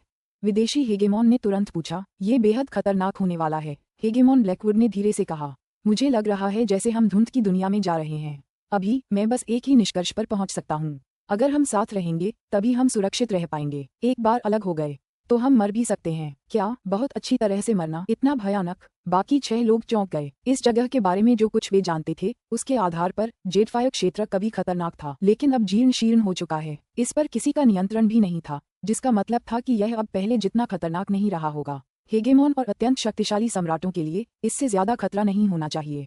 अगर हम अलग हो जाएं, तो हम सुरक्षित तो रहेंगे, लेकिन मर भी सकते हैं, हेगेमॉन ब्लैकवुड ने समझाया। लेकिन अगर हम साथ रहेंगे तो लगभग कोई खतरा नहीं होगा। आगे बढ़ो और तय करो, हमें साथ चलना चाहिए या अलग अलग। अगर तुम मेरे साथ चलने को तैयार हो तो मैं एक समूह के रूप में तुम्हारे साथ अंदर चलूंगा, वरना मैं हेगेमॉन्स के अगले समूह का इंतजार करूंगा और उनके साथ चलूंगा। एक साथ? साथ में? बिल्कुल, बैंगनी वस्त्रधारी हेगेमॉन और बाकी सभी ने तुरंत एक साथ कहा। सम्राट वेवशिफ्ट के हमेशा के लिए गायब हो जाने के बाद हेगेमॉन ब्लैकवुड अब 16 लोकपथ गठबंधन में अंकगणित के दाव का नंबर 1 विशेषज्ञ था। उसके जैसे किसी व्यक्ति के साथ चलना सबसे सुरक्षित विकल्प होगा। क्या हमें हेगेमॉन विंटरफ्लेम का इंतजार करना चाहिए? एक सम्राट बोला। आखिर हमें ऐसा क्यों करना चाहिए? हम उसके साथ यात्रा करना अपमानजनक है। चलो चलते हैं। उसने जो रास्ता लिया है उसे देखते हुए वह हमसे कम से कम 2 शताब्दियां पीछे होगा, हेगेमॉन ब्लैकवुड ने शांति से कहा। मुझमें उसका इंतजार करने का धैर्य बिल्कुल नहीं है। हेगेमॉन ब्लैकवुड एक बेहद घमंडी इंसान था, एक आम हेगेमॉन से भी कहीं ज्यादा घमंडी। उसने कभी हेगेमॉन विंटरफ्लेम को किसी भी तरह से महत्व नहीं दिया था। चूंकि हेगेमॉन ब्लैकवुड बोल चुका था, इसलिए किसी और ने इस मामले पर बहस नहीं की। फुफ, सातों हेगेमॉन तुरंत एक साथ मिलकर जलते हुए रास्तों से आगे बढ़े और हर कोई अपनी अपनी तरकीबें इस्तेमाल करते हुए सबको सुरक्षित रखने लगा। स्पेस टाइम तकनीकें, खास खजाने, गुप्त कलाएं। जैसे जैसे वे आगे बढ़े, सबका पूरा प्रदर्शन हुआ। अरे, उन्होंने तो वाकई एक इकाई के रूप में आगे बढ़ने का फैसला किया है। इससे पहले निंग वाइटथॉ के साथ जेडफायर क्षेत्र के अंदर एक जलते हुए गलियारे में आराम कर रहा था, अपने छिपे हुए क्षेत्र से शराब की चुस्कियां ले रहा था। लेकिन अब वह और आराम नहीं कर पा रहा था। हेगेमॉन ब्लैकवुड, है ना? मुझे उम्मीद नहीं थी कि इतनी सारी बड़ी शक्तियां इसमें शामिल होंगी, या कि उनमें से कोई मेरे ओमेगा दाव के बावजूद सही कर्म पथ का अनुमान लगा पाएगा, निंग ने सोचा। उसके दाव लॉर्ड बैडलैंड्स के साथ अच्छे संबंध थे और इसलिए उसे अंकगणित के दाव के बारे में थोड़ा बहुत पता था। जितने ज्यादा चर शामिल होते, भविष्यवाणी उतनी ही मुश्किल होती जाती। निंग ने ओमेगा दाव का प्रशिक्षण लिया था। हर बार जब दाव लॉर्ड बैडलैंड्स ने निंग के बारे में संख्यात्मक भविष्यवाणियां करने की कोशिश की तो उसे कोरा धुंधलापन ही दिखाई दिया। ये बेहद मुश्किल था। यदि, उदाहरण के लिए, कोई शासक किसी मामले में किसी तरह से शामिल हो तो संभवतः सम्राट वेवशिफ्ट भी कुछ भी अनुमान लगाने में सक्षम नहीं होगा। संख्यात्मकता का दाव सचमुच अद्भुत है, निंग ने आह भरी। अगर उसके दुश्मन अलग अलग यात्रा करते तो वे उसके कसाईखाने के मांस की तरह होते। अब जब वे साथ साथ चल रहे थे तो वह उनके साथ ज्यादा कुछ नहीं कर सकता था। चूंकि हेगेमॉन ब्लैकवुड और बाकी लोग आगे बढ़ने लगे हैं तो जल्द ही मेरा जाल खींचने का समय आ जाएगा। निंग ने फिर एक पल सोचा। रुको, अभी नहीं। मैं हेगेमॉन विंटरफ्लेम के आने का भी इंतजार करूंगा। हेगेमॉन विंटरफ्लेम ने निंग को धमकाने के लिए वास्थेवन पैलेस का उपयोग करने की कोशिश की थी। निंग उसे कैसे छोड़ सकता था। जल्द ही लगभग 180 साल बाद हेगेमॉन विंटरफ्लेम जेडफायर क्षेत्र में पहुंचा। उसने बेतरतीब ढंग से एक जलता हुआ रास्ता चुना और उसमें प्रवेश किया। ऐसा करते ही निंग ने आखिरकार अपना शराब का प्याला नीचे रख दिया और अपने क्षेत्र में खड़ा हो गया। जेडफायर क्षेत्र के धधकते रास्तों में अब कुल 12 हेगेमॉन हैं। निंग सभी हेगेमॉन और सम्राटों की गतिविधियों पर स्पष्ट रूप से नजर रख पा रहा था। जैसे ही मैं उनमें से किसी एक के खिलाफ कदम उठाऊंगा, मेरी पोल खुल जाएगी और बाकी सभी को पहले ही पता चल जाएगा। इस तरह मैं शायद उनमें से केवल एक को ही पकड़ पाऊंगा। मुझे किसे चुनना चाहिए? निंग अचानक मुस्कुराया। शायद सबसे ताकतवर। पुस्तक 37 अध्याय 18 पकड़ा गया। अगर वह किसी हेजेमोन को पकड़ने के लिए जलते हुए रास्तों और उनके जालों पर निर्भर रहने वाला था, तो उसे सबसे ताकतवर को पकड़ना था। 12 हेजेमोनों में से सबसे ताकतवर हेजेमोन अज़ूरफाइंड ही होना था। धिक्कार है उस फिसलन भरे डाउलॉर्ड डार्कनॉर्थ पर। उसे जेडफायर दायरे के बारे में जरूर कोई बेहद विस्तृत खुफिया रिपोर्ट मिली होगी, वरना वो मुझे इतनी बार इतनी आसानी से कैसे गिरा पाता। हेगेमॉन अज़ूरफिएंड हवा में कमल की मुद्रा में बैठा था। उसके चारों ओर रस्सी जैसे 2 खजाने लिपटे हुए थे। वह बस चुपचाप बैठा था। उसकी इंद्रियां पूरी तरह से सक्रिय थीं। लेकिन देर सवेर वह गलती करेगा ही। हेगेमॉन अज़ूरफिएंड ने ठंडी हंसी के साथ कहा। ज्वलंत मार्गों में अब सिर्फ पुराने जाल ही नहीं हैं, बल्कि दूसरे हेगेमॉन और सम्राटों द्वारा बिछाए गए जाल भी हैं। एक बार बदकिस्मती से वह उनमें से किसी एक को मार देगा। मेरा मौका उन्हीं से आएगा। हेजेमोन अज़ूरफिएंड बेहद धैर्यवान था। ये तथ्य कि वह अपने साहसिक कारनामों में लोगों के बीच भटकते हुए इतना लंबा समय बिताने को तैयार था, उसके धैर्य का प्रमाण था। अगर उसे यहाँ धधकते गलियारों में 1000 अराजकता चक्र भी बिताने पड़े, तब भी वह इतना धैर्यवान होगा। अरे! हेगेमॉन अज़ूरफाइंड के कान हल्के से फड़फड़ाए। उसने आंखें खोलकर सामने की ओर देखा, जहाँ उसे जल्द ही एक साम्राज्य जहाज हवा में सावधानी से आगे बढ़ता हुआ दिखाई दिया। ये रहा राज्य। हेगेमॉन अज़ूरफिएंड खुश हो गया। झट वह तुरंत एक प्रकाश की किरण में बदल गया जो निंग के पीछे दौड़ी। उसने इन धधकते रास्तों में 1 लाख से ज्यादा साल बिताए थे और जिस इलाके में वह था, वहां के रास्तों से वह पहले से ही अच्छी तरह वाकिफ था। वह जानता था कि मूल जाल कहाँ हैं और हेगेमॉन्स ने कौन से जाल बिछाए हैं, जिससे उसके लिए अपने दुश्मन का पीछा करना आसान हो गया। हेगेमॉन अज़ूरफिएंड क्षेत्र का निवासी बुरी तरह से सदमे में लग रहा था और तुरंत दूसरी दिशा में भागने के लिए मुड़ गया। तुम कहीं नहीं जा रहे हो? हेगेमॉन अज़ूरफिएंड ने पीछे से पीछा करते हुए दहाड़ते हुए कहा। रियल शिप अपनी घबराई हुई उड़ान जारी रखे हुए था।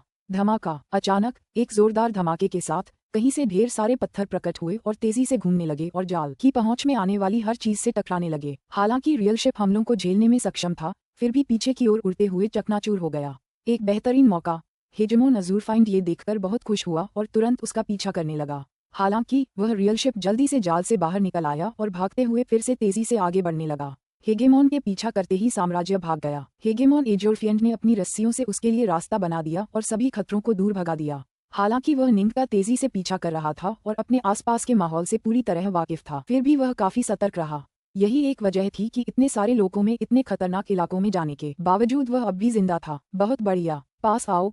निंग ने अपने भागते क्षेत्र से पीछे मुड़कर देखा और खुशी से मुस्कुराया। उसे सभी रास्तों, सभी मूल तंत्रों और हेगेमॉन द्वारा लगाए गए सभी जालों का सटीक स्थान पता था। जब कभी कभी वह गलती से उनमें से किसी एक को सक्रिय कर देता था, तो वह सिर्फ दिखावा होता था। हम आगे पहुंच रहे हैं। निंग काफी उत्सुक था, क्योंकि एक भयानक जाल उससे ज्यादा दूर नहीं था। यह अंतहीन जलते रास्तों में स्थित सबसे घातक जालों में से एक था। सेथे ने एक बार इसका इस्तेमाल साधकों को फंसाने के लिए किया था, फिर उन्हें कारागार क्षेत्रों में भेज दिया था। इस जाल की शक्ति इतनी ज्यादा थी कि यह एक हेगेमॉन को आसानी से पकड़ सकता था। एक समूह में 2 या 3 हेगेमॉन भी फंस सकते थे। हालांकि हेगेमॉन्स के एक बड़े समूह का मतलब था कि एक हेगेमॉन जाल में फंस सकता था, जबकि बाकी अभी भी दूर थे, क्योंकि उनकी गति अलग अलग थी। ये परेशानी का सबब होता, इसलिए निंग ने इस बार एक ही लक्ष्य चुना। हेगेमॉन को पकड़ने का समय आ गया है। निंग काफी उत्साहित था। पहले तो उसने कभी ऐसी कल्पना भी नहीं की थी, लेकिन अब जब वह जलते हुए रास्तों पर नियंत्रण कर चुका था, तो उसने ऐसा किया। झपट्टा! क्षेत्र यान तुरंत उस खतरनाक तंत्र के पास से उड़ गया, जो निष्क्रिय था। हाल के वर्षों में निंग ने सभी सबसे खतरनाक तंत्रों पर नियंत्रण बनाए रखा था और उन्हें निष्क्रिय अवस्था में रखा था, जिससे वे अपनी पूरी शक्ति का प्रयोग नहीं कर पाए। यही कारण था कि हेगेमॉन्स को अब तक किसी भी गंभीर समस्या का सामना नहीं करना पड़ा था। जो उन्होंने देखे भी वे थे जिनका दूसरों ने बहुत पहले ही खुलासा कर दिया था। भागने के बारे में सोचना भी मत। तुम्हारा राज्य मेरा है। हेगेमॉन अज़ूरफाइंड ने पीछे से गुस्से से पीछा किया, दूर से ही अपने रस्सियों से राज्य के चारों ओर कुंडली मारने की कोशिश की। अफसोस, डाउलॉर्ड डार्कनॉर्थ भागने में बहुत तेज था, और हम यहाँ हैं। ठीक वहीं जलते हुए मार्गों के अनगिनत भ्रमों से घिरा निंग का दिव्य शक्ति क्लोन इस पूरे समय संरचना आरेख वेदी के ऊपर से देख रहा था। उसने देखा था कि प्रकाश के दो कण मार्ग से आगे बढ़ रहे थे। पहला क्षेत्र था और दूसरा हेगेमॉन अज़ूर फिएंड। सक्रिय करें। निंग की दिव्य शक्ति क्लोन ने तुरंत संरचना आरेख के माध्यम से भयानक तंत्र को सक्रिय कर दिया, जिससे इतने वर्षों से छिपी हुई शक्ति अचानक भयानक शक्ति के साथ फट पड़ी। फुसफुस फुसफुस। हेगेमॉन अज़ूर फिएंड तेज गति से निंग का पीछा कर रहा था और वह सीधे तंत्र के क्षेत्र में जा घुसा। धमाका। अचानक आयामी शक्ति की एक अजीब लहर उठी। उस जलते हुए रास्ते में 8 अलग अलग जगहें रोशनी से जगमगाने लगीं, जिससे हवा में एक विशाल भ्रामक पिंजरा बन गया। इस खाली पिंजरे ने आक्रमणकारी हेगेमॉन अज़ूर फिएंड को पूरी तरह से फंसा लिया, जो आगे की ओर उड़ता रहा और सीधे पिंजरे की झिल्ली से टकरा गया। धमाका। हेगेमॉन अज़ूर फिएंड लड़खड़ाते हुए कई कदम पीछे चला गया। अरे, क्या हो रहा है? हेगेमॉन अज़ूर फिएंड का चेहरा अचानक पीला पड़ गया। उसके चेहरे पर सदमे और भय के भाव उभर आए। जैसे ही उसने अपने आसपास का नजारा देखा, उसे साफ साफ एहसास हो रहा था कि वह एक खाली पिंजरे में फंस गया है और अपने आसपास लगातार बदलती और रूपांतरित होती झिल्लियों को देख पा रहा था। तोड़ो। हेगेमॉन अज़ूर फिएंड ने अपना दाहिना हाथ आगे बढ़ाया और उसे एक भयानक विनाशकारी पंजे में बदल दिया, जो शून्य झिल्ली की ओर फट गया। शून्य झिल्ली ने बिल्कुल भी आवाज नहीं की। वह बस एक बुलबुले की तरह हल्का सा मुड़ा, जिससे बिना किसी नुकसान के उसकी शक्ति आसानी से विक्षेपित हो गई। हेगेमॉन अज़ूर फिएंड का दिल बर्फ की तरह ठंडा हो गया। उसने कई जगहों का दौरा किया था और बहुत कुछ देखा था, इसलिए उसे तुरंत एहसास हुआ कि अगर वह अभी से 10 गुना ज्यादा ताकतवर भी हो जाए तो भी वह इस खाली पिंजरे को हरा नहीं पाएगा। यहाँ खाली पिंजरा कैसे हो सकता है?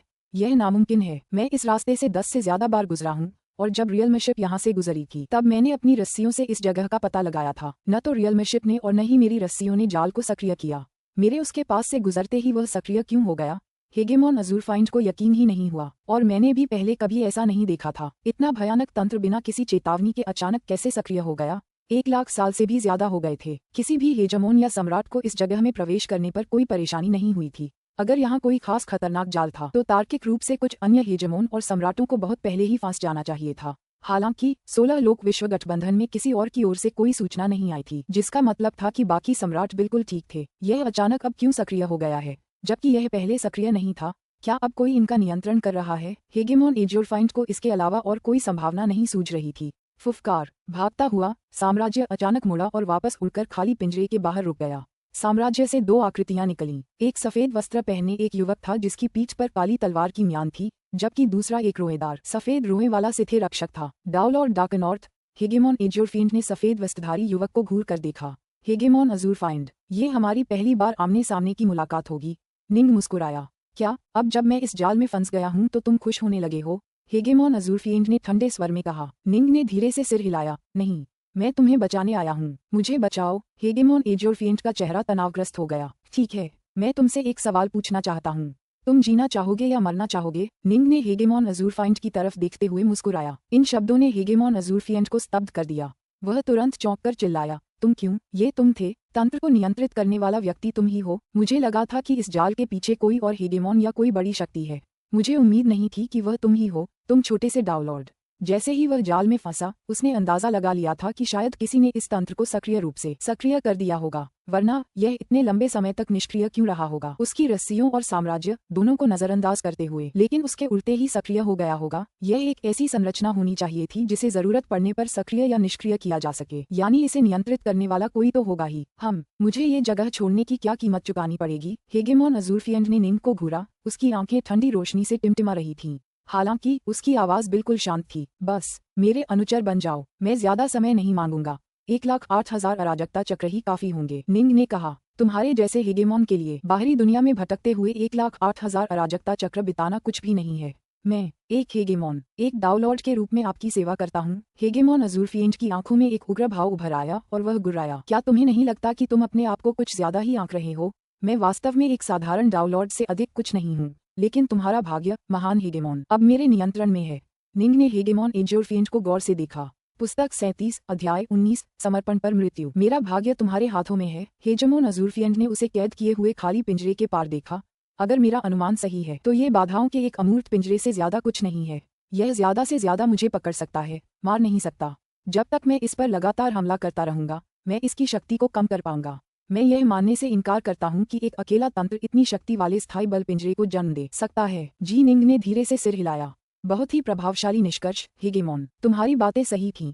अगर तुम पलटवार करते तो ये खाली पिंजरा ज्यादा देर तक नहीं टिक पाता। लेकिन क्या तुम्हें नहीं लगता कि सिथे ने इस बात पर ध्यान दिया होगा हर्म, हेगेमॉन अज़ुरफिएंड ने निंग की ओर देखा। सिर्फ एक विचार से मैं इस पिंजरे और जेल क्षेत्रों के बीच एक शून्य कड़ी बना सकता हूँ। निंग ने समझाया, मैं तुम्हें वहाँ कैद कर दूंगा। तुम्हें पता होना चाहिए कि जेडफायर क्षेत्र का जेल क्षेत्र कितना खतरनाक है।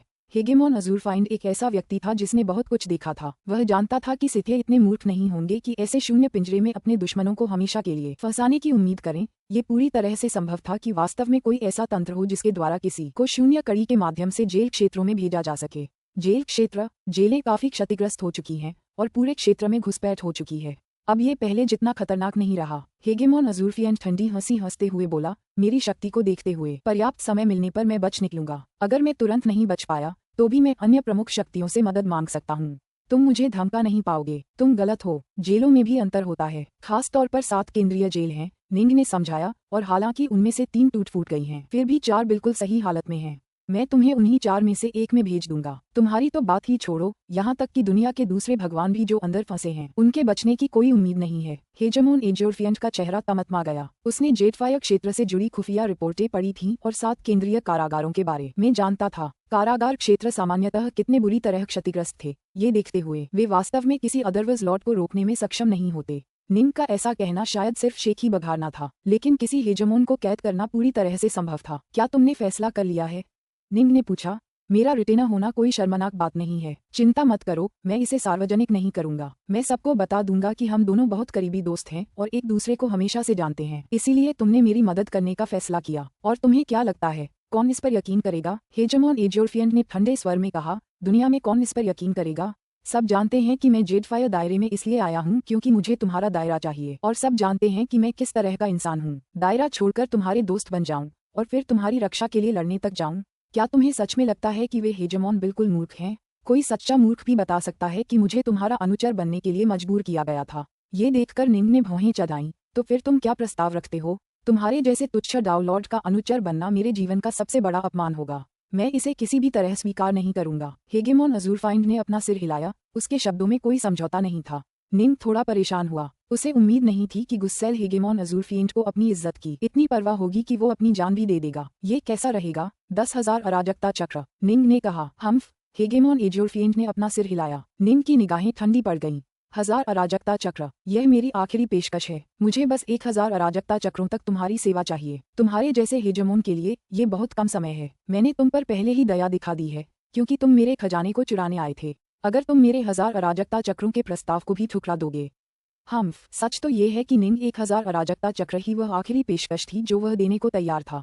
ऐसा इसलिए था क्योंकि उसका प्राइमाल्ट्विन 100 गुना अस्थायी त्वरण के प्रभाव में रहते हुए लगातार एज़्योरफ्लावर एस्टेट में ऑटॉक के पत्थर के मंच का इस्तेमाल कर रहा था। इस प्रकार उसके असली शरीर के लिए 1000 अराजकता चक्र उसके प्राइमाल्ट्विन के लिए 1 लाख से ज्यादा अराजकता चक्रों के बराबर हो जाएंगे। या दूसरे शब्दों में, दावमज के लिए समय, चाहे वह अपने दावमज में सफल हो या असफल, हेगेमॉन अज़ुरफिएंड अब ज्यादा उपयोगी नहीं होगा। मुझे जवाब दो। निंग ने उसकी ओर देखा। हेगेमॉन अज़ुरफिएंड को अपने सामने डाउनलॉर्ड के मन में उठ रहे हत्या के इरादों का अंदाजा हो गया था, लेकिन इससे उसे सिर्फ हंसी आ गई। हा, मैंने कभी नहीं सोचा था कि मैं, अज़ुरफिएंड, एक डाउनलॉर्ड द्वारा इतनी मुश्किल स्थिति में डाल दिया जाऊंगा। मैं, अज़ुरफिएंड, अनगिनत युगों से भटक रहा हूँ और अनगिनत वर्षों तक जिया हूँ। मैंने अपनी मर्जी से हत्याएं की हैं और अपनी मर्जी से लूटा है। एक तुच्छ डाउनलॉर्ड के सामने अपना सिर झुकाकर उसका अनुचर बन जाऊंगा? मैं तो मरना ही पसंद करूंगा। हेगेमॉन अज़ुरफिएंड ने निंग को घूरा। और तुम मुझे मार भी नहीं सकते। जाओ और मुझे बंद कर दो। मुझे जेडफायर दायरे की सबसे केंद्रीय जेल में भेज दो। जब समय आएगा तो मैं दायरे के स्वामी विंडग्रेस को एक बड़ी कीमत चुकाऊंगा और उसे ब्लैकसन का इस्तेमाल करके जेल पर हमला करने और मुझे छुड़ाने के लिए कहूंगा। निंग का चेहरा तनावग्रस्त हो गया। रिंसलॉर्ड विंडग्रेस, ब्लैकसन वाकई एक भयानक हथियार था जिसे सिथे डॉन वॉर से पीछे छोड़ गया था। आमतौर पर इसका इस्तेमाल कुछ समय के लिए स्पेस टाइम कंड्यूट बनाने के लिए किया जा सकता था, जिससे अविश्वसनीय रूप से दूर के स्थानों तक तुरंत यात्रा की जा सकती थी। लेकिन इसमें और भी ज्यादा क्रूर क्षमताएं थीं। इसका इस्तेमाल हमला करने के लिए भी किया जा सकता था। एक बार जब संचित ऊर्जाएं ब्लैकसन के जरिए मुक्त हो जाती तो शक्ति इतनी प्रबल होती कि अदरवाइज लॉर्ड्स भी इसके आगे नष्ट हो सकते थे। रियम्सलॉर्ड विंडग्रेस एक अदरवाइज लॉर्ड और ब्लैकसन के प्रभारी दोनों थे। इस प्रकार कैओसवज में अपने साथियों के बीच भी उनका एक उत्कृष्ट दर्जा था। जेडफायर दायरे की नींव पहले ही ढह चुकी थी, जिससे वह नाटकीय रूप से कमजोर हो गया था, जबकि ब्लैकसन को कोई नुकसान नहीं पहुंचा था। अगर दायरे का स्वामी विंडग्रेस सचमुच आ जाता तो वह शायद मुख्य जेलों में सेंध लगाकर हेगेमॉन अज़ुरफिएंड को बचा सकता था। मैंने सुना है कि ब्लैकसन के जरिए एक स्पेस टाइम नाली बनाने की कीमत बहुत ज्यादा है। निंग ने कहा, किसी भी हेजमोन या सम्राट ने रियल शिप पाने के बेहतर मौके के लिए ऐसा अनुरोध नहीं किया। रियल्म्स लॉर्ड विंडब्रेस का यहाँ व्यक्तिगत रूप से आना और ब्लैकसन का इस्तेमाल करके कोर जेल में सेंध लगाकर आपको छुड़ाना शायद स्पेस टाइम नाली बनाने से भी ज्यादा महंगा होगा। क्या तुम्हें यकीन है कि तुम इतनी कीमत चुका सकते हो? मैं नहीं कर सकता। हेगेमोन एजोरफिएंट की निगाहें ठंडी थीं, जबकि उसकी आवाज गरज रही थी। लेकिन मैं बदले में एक नौकर के रूप में उसकी सेवा करने को तैयार हूँ। एक सेवक के रूप में? निंग हंसा। तुम मेरे जैसे डाउलॉर्ड के मात्र 1000 अराजकता चक्रों के लिए अनुचर बनने की बजाय रियल्म्स लॉर्ड विंडब्रेस के सेवक बनना ज्यादा पसंद करोगे। ये बात तो सही है। रियल्म्स लॉर्ड विंडब्रेस एक उच्च पदस्थ व्यक्ति है, जबकि मैं तो एक साधारण डाउलॉर्ड हूँ। लेकिन एजोरफिएंट, क्या तुम्हें यकीन है कि उसे तुम्हारे जैसे सेवक की भी जरूरत है? अगर उसे मेरे जैसा नौकर नहीं चाहिए तो भविष्य में मैं दूसरे खतरनाक इलाकों में घूमकर खजाने बटोरूंगा और धीरे धीरे उसका कर्ज चुकाऊंगा। हेगेमोन अजूरफिएंट ने कहा। उसके स्वभाव को समझने के बाद उसे शायद ये प्रस्ताव स्वीकार कर लेना चाहिए। अगर वह सचमुच मुझे बचाने के लिए तैयार नहीं भी है तो भी मैं यहीं जेलों में फंसा रहना पसंद करूंगा। निंग ने कहा, एक बार यिन यांग संसार चक्र इस स्थान पर पहुंच गए तो आप नष्ट हो जाएंगे। अगर मैं मर गया तो मर गया। मैं एजोरफिएंट अराजकता की दुनिया में घूम चुका हूँ और वहाँ देखने लायक सब कुछ देख चुका हूँ।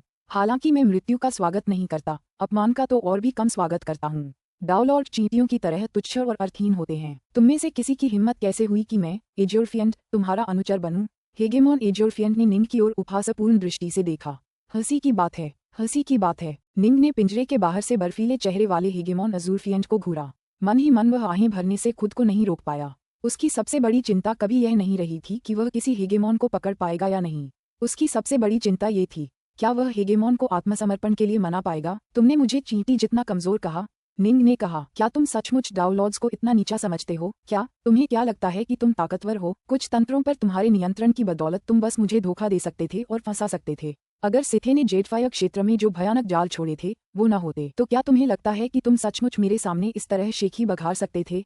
मैं तुम्हें एक ही पंजे से कुचलकर धूल में मिला देता। हेगेमोन एजोरफिएंट की आंखें क्रूर रोशनी से चमक उठीं। तुम बस पिंजरे के बाहर छिपकर सुरक्षित स्थान पर शेखी बघार सकते हो। कितनी हास्यास्पद बात है। निंग ने सिर हिलाया। तुम डाउलॉर्ड्स को बहुत कम आंकते हो। ओह, मैंने सुना है कि तुम आर्कॉन सिल्क्सनो को आत्महत्या के लिए मजबूर कर पाए, है ना? तुमने शायद उसे भी ऐसी ही किसी और चाल में फंसा दिया होगा। हेगेमोन एजोरफिएंट सचमुच अपने सामने खड़े डाउलॉर्ड के प्रति क्रोध से भर गया था। यह नाजुक डाउलॉर्ड पिंजरे के बाहर से उसका अपमान कर रहा था। कब से किसी डाउलॉर्ड ने उसके सामने ऐसा व्यवहार करने की हिम्मत की थी? ये कैसा रहेगा एजोरफाइंड? चलो एक छोटी सी शर्त लगाते हैं, निंग ने कहा। शर्त? एजोरफाइंड ने निंग की तरफ देखा। कौन सी शर्त? मैं खाली पिंजरे में घुसकर तुमसे लड़ूंगा, निंग ने कहा। मैं तुमसे लड़ने के लिए अपनी असली ताकत पर भरोसा करूंगा और मैं तुम्हें 1 घंटा दूंगा। अगर तुम उस घंटे में मुझे नहीं हरा पाए तो तुम हार जाओगे। तुम्हें हमारी शर्त का नतीजा स्वीकार करना होगा और मेरा अनुचर बनना होगा। क्या तुम मेरे खिलाफ अंदर आकर मुकाबला करने को तैयार हो? हेगेमोन अजूरफिएंट की आंखें चमक उठीं। वह सदियों पहले पूरी तरह से क्रोधित हो चुका था, लेकिन खाली पिंजरे ने उसे ऐसा बना दिया था कि वह निंग को जरा भी चोट नहीं पहुंचा पाया। यही एकमात्र कारण था कि वह अपने गुस्से पर काबू रख पाया और इतना समय बातों में बर्बाद कर दिया। अब ये सुनकर कि यह नाजुक डाउलॉर्ड इतना लापरवाह और मूर्ख है कि अंदर आ गया, वह तुरंत खुश हो गया। ठीक है, मैं शर्त लगा लूंगा, लेकिन मुझे 1 घंटे की जरूरत नहीं है। बस मेरे सामने खड़े हो जाओ और 10 सेकंड तक जिंदा रहने के लिए अपनी ताकत पर भरोसा करो। ऐसा करो और तुम जीत जाओगे। हेगेमोन एजोरफिएंट की आंखें रक्त पिपासा से लाल हो गईं। उसे सचमुच विश्वास नहीं हो रहा था कि उसके जैसा महान हेगेमोन, जो दूसरे हेगेमोन्स में भी ऊंचा दर्जा रखता है, डार्कनॉर्थ जैसे नाजुक डाउलॉर्ड का सफाया नहीं कर पाएगा। सहमत? पीछे नहीं हटना, निंग ने कहा। मैं अपनी बात तोड़ने से बेहतर मरना पसंद करूंगा। बस मेरे हाथों मरने का पछतावा मत करना, कमीने। हेगेमोन अजूरफिएंट ने अपने होंठ चाटे। उसकी आंखों में खून की चमक थी। फुफकार। एक झटके के साथ निंग अदृश्य दीवारों को पार करके खाली पिंजरे के अंदर उड़ गया। पुस्तक 37 अध्याय 20 जी निंग हेगेमोन अजूरफिएंट से लड़ती है। हेगेमोन अजूरफाइंड थोड़ा चौंक गया जब उसने जी निंग को सीधे शून्य पिंजरे के अंदर जाते देखा। उसके होठों पर एक अजीब सी मुस्कान फैल गई। डाउलॉर्ड डार्कनॉर्थ, मैं पहले तो तुम्हें तुच्छ समझता था। तुमने मुझे इन जालों की बदौलत ही पकड़ा था, लेकिन तुमने मुझे अपना अनुचर बनाने का अनुरोध करने का साहस किया। हालांकि अब मेरे मन में तुम्हारे प्रति थोड़ी प्रशंसा का भाव है। कम से कम तुम में इस शून्य पिंजरे में सीधे जाने का साहस तो है। आपकी तारीफ के लिए शुक्रिया, निंग ने हंसते हुए कहा। जल्द ही एजोरफिएंट, तुम्हें पता चल जाएगा कि मेरे अंदर हिम्मत के साथ आगे बढ़ने की ताकत है। तुममें साहस हो सकता है, लेकिन यह मूर्खतापूर्ण साहस है। हेगेमोन अजूरफिएंट का चेहरा एक बार फिर बर्फ सा जम गया और उसने गंभीरता से कहा, बच्चे, क्या तुम तैयार हो? एक बार तुम तैयार हो जाओ तो मैं अपना कदम बढ़ा दूंगा। अपने अभिमान के कारण हेगेमोन अजूरफिएंट को अपनी श्रेष्ठता पर पूरा भरोसा था। वह किसी भी तरह छिपकर हमला करने के लिए खुद को नीचा नहीं कर सकता था। वह अपनी जबरदस्त सीधी शक्ति से डॉलॉर्ड डार्कनॉर्थ को कुचलने वाला था। खाली पिंजरा ज्यादा बड़ा नहीं था, बस 300 मीटर या उससे ज्यादा व्यास का। निंग और अज़ूरफाइंड उसके अंदर खड़े होकर हवा में एक दूसरे को घूर रहे थे। आप जब चाहें तब अपनी चाल चल सकते हैं। निंग का शरीर फड़क उठा क्योंकि उसके 3 सिर और 6 भुजाएं प्रकट हुईं। सभी 6 उत्तरधनुष तलवारें उसके हाथों में उड़ गईं। शुरू करने से पहले हमें दांव पर लगी बाजी स्पष्ट कर देनी चाहिए, हेगेमोन अज़ूरफाइंड ने कहा। मुझसे लड़ने के लिए तुम्हें अपनी ताकत पर भरोसा करना होगा। अगर मैं तुम्हें 10 सांसों में नहीं हरा पाया तो मैं हार जाऊंगा। अगर मैं हार गया तो मैं तुम्हारा अनुचर बन जाऊंगा और 1000 अराजकता चक्रों तक तुम्हारा पीछा करूंगा। लेकिन अगर मैं जीत गया, अगर तुम जीत गए तो मैं मर जाऊंगा। मेरे मरते ही यह तंत्र नष्ट हो जाएगा, निंग ने कहा। हेगेमोन अज़ूरफाइंड ने पलकें झपकाईं, फिर मुस्कुराया। अच्छा, पहले तो निंग के बारे में उसकी राय बहुत खराब थी, लेकिन अब सुधरने लगी थी। कम से कम बच्चा तो सीधा सादा था। अपने सबसे शक्तिशाली हमलों का इस्तेमाल मुझ पर करो। आगे बढ़ो। अगर मैंने पहले हमला किया तो शायद तुम्हें अपनी क्षमताएं दिखाने का मौका ही नहीं मिलेगा। हेगेमोन अज़ूरफाइंड वहां खड़ा था, उसकी मुद्रा शालीन और आभा संयमित थी। बहुत अच्छा, निंग ने अपने प्रतिद्वंदी को घूरा। हेगेमोन एज़ूरफाइंड नीले रंग के शिल्पों से ढका हुआ था। वह एक दुबले पतले बूढ़े आदमी जैसा लग रहा था और उसका शरीर मुरझाया हुआ और कमजोर लग रहा था। लेकिन असल में वह एक बेहद क्रूर कैओस गॉड बीस्ट था जो हेजेमनी तक पहुंच गया था। वह शायद शक्ति में हेजेमोन ब्राइट शो के भी करीब था और अपने हेजेमोनिक साथियों में भी ऊंचा स्थान रखता था। निंग अपने प्रतिद्वंदी को घूर रहा था, जबकि हेगेमोन अज़ूरफाइंड भी निंग की हरकतों पर कड़ी नजर रखे हुए था। हालांकि हेगेमोन अज़ूरफाइंड को अपने कौशल पर पूरा भरोसा था, फिर भी वह ये लड़ाई हारना नहीं चाहता था। इसलिए वह अपनी पूरी शक्ति लगाने वाला था और जरा भी ढिलाई नहीं बरतने वाला था। अचानक फुफ, निंग बिना किसी निशान के गायब हो गया। वह कहाँ गया? हेगेमोन अज़ूरफाइंड का चेहरा बदल गया। उसने अपनी ईश्वर इंद्रिय से पूरे खाली पिंजरे को छान मारा, लेकिन ऐसा लग रहा था जैसे डॉलॉर्ड डार्कनॉर्थ पूरी तरह से गायब हो गया हो। ईश्वर इंद्रिय भी उसे ढूंढ नहीं पा रही थी। हालांकि वह स्तब्ध था, लेकिन हेगेमोन अज़ूरफाइंड का अहंकार उसे तुरंत हमला करने से रोक रहा था। वह बिना हिले डुले आत्मविश्वास से वहीं खड़ा रहा, क्योंकि उसने पहले ही वादा कर लिया था कि वह निंग को पहला हमला करने देगा। Boom boom boom boom boom boom. शून्य पिंजरे के भीतर 300 मीटर का शांत क्षेत्र अचानक विस्फोटों से भर गया। 6 उत्तरधनुष तलवारें कहीं से प्रकट हुईं और निंग भी। 6 तलवारों ने तुरंत ही एक बेहद चौंकाने वाली शक्ति छोड़ी, जो तलवार सुनामी में बदल गईं और एक साथ हेगेमोन अज़ूरफाइंड पर टूट पड़ीं। एक ने उसके सिर पर, 2 ने उसके घुटनों के पीछे, एक ने उसकी छाती पर, एक ने उसकी गर्दन पर और एक ने उसके चेहरे पर वार किया। ओमेगा तलवार दाव, स्वर्ग तोड़ने वाला। कितना घमंडी! मेरा ओमेगा स्वॉर्ड दाव, हेवन ब्रेकर मेरा सबसे शक्तिशाली वार है और इसकी शक्ति हेगेमोनिक स्तर के करीब है। हो सकता है कि मैं इस वार से उच्च स्तरीय अनंत खजानों को धूल में न मिला सकूं, लेकिन कम से कम उन्हें तोड़ तो सकता हूं। वह बिना किसी रुकावट के अपने शरीर से इस वार को सहने की हिम्मत कैसे कर सकता है? वह हद से ज्यादा आत्मविश्वासी हो रहा है। निंग अपने प्रतिद्वंद्वी के घमंड से काफी चिढ़ गया और आहत हुआ। विस्फोटों की गूंज के बाद हेगेमोन अज़ूरफाइंड के चेहरे पर एक स्तब्धता छा गई। हमले से वह खुद को रोक नहीं पाया और पीछे की ओर उछलकर अपने पीछे बने खाली पिंजरे की दीवार से टकराकर हवा में ही रुक गया। हालांकि उसका शरीर पूरी तरह से सुरक्षित था, यहाँ तक कि उसके चेहरे पर, जिस पर सीधे वार किया गया था, जरा सी भी खरोंच नहीं आई। तुम्हारे जैसा एक डॉलॉर्ड वास्तव में इतनी शक्ति के योग्य है। हेजेमोन एज़ूरफाइंड एक कैओस गॉड बीस्ट के रूप में जन्मा था और इसलिए रक्षात्मक शक्ति के मामले में उसके पास जबरदस्त बढ़त थी। इस लिहाज से वह वास्तव में एक अदरवाइज लॉर्ड के बराबर था। वह बिना हिले डुले वहीं खड़ा रह सकता था और दूसरे हेजेमोन्स को बिना किसी चोट के उस पर हमला करने दे सकता था। उसका शरीर बहुत पहले ही क्रिस्टलीकृत और चरम रूप से परिष्कृत हो चुका था और उसकी जन्मजात क्षमताओं ने उसे कठोरता और लचीलेपन का एक आदर्श मिश्रण प्रदान किया था। उसे घायल करना बेहद बेहद मुश्किल था। हालांकि हेगेमोन अज़ूरफाइंड को जरा भी आत्मसंतुष्टि महसूस नहीं हुई। उसे तो बस निंग की तलवारबाजी की ताकत पर सदमा लगा। लेकिन अब मेरी बारी है। एक भयंकर गर्जना के साथ हेगेमोन एज़ूरफाइंड भी आगे बढ़ा। धमाका! उसके चारों ओर से आयामी शक्ति के छल्ले लहराते हुए पानी की लहरों की तरह फैल गए, जिससे जबरदस्त धक्के लगे और हर दिशा में फैल गए। ये हेजेमोन एज़ूरफाइंड की गुप्त कला थी, एक सचमुच शक्तिशाली हेजेमोनिक गुप्त कला जिसे एज़ूरफाइंड फीफडम के नाम से जाना जाता था। उसने इस गुप्त कला को धीरे धीरे बनाने और निखारने में अनगिनत युग बिताए थे। आयामी छल्ले फैल गए तथा पूरे शून्य पिंजरे को घेरने का प्रयास करने लगे। तोड़ो! निंग ने तुरंत अपनी गुप्त कलाएं प्रदर्शित की। तलवार की रोशनी के अनगिनत चापों से घिरे सुनहरे पंखों का एक जोड़ा हवा में प्रकट हुआ। साथ मिलकर उन्होंने ओमेगा स्वॉर्ड दाव, यिन यान का निर्माण किया और वे अतुलनीय तीक्ष्णता के साथ दुश्मन की गुप्त कला की ओर बढ़े। धमाक धमाक धमाक! उन अजीब आयामी तरंगों का सामना करते ही सुनहरे पंख और तलवार की रोशनी के अनगिनत चाप टूटने और बिखरने लगे। हृदयलोक उतरो! निंग ने भी अपना हृदयलोक प्रक्षेपण किया, लेकिन फिर भी वह अपनी गुप्त कलाओं को नष्ट होने से नहीं रोक पाया। निम्न की गुप्त कला हृदयलोक प्रक्षेपण संयोजन सम्राटों के बीच काफी मजबूत था, लेकिन एज्योरफाइंड जैसे हेजेमोन की पूरी तरह से निपुण गुप्त कलाओं की तुलना में वह अभी भी बराबरी नहीं कर पा रहा था। क्या ये हृदयलोक का प्रक्षेपण है? हेगेमोन अज़ूरफाइंड ने अपने चारों ओर प्रकट हो रही मायावी दुनिया पर नजर डाली।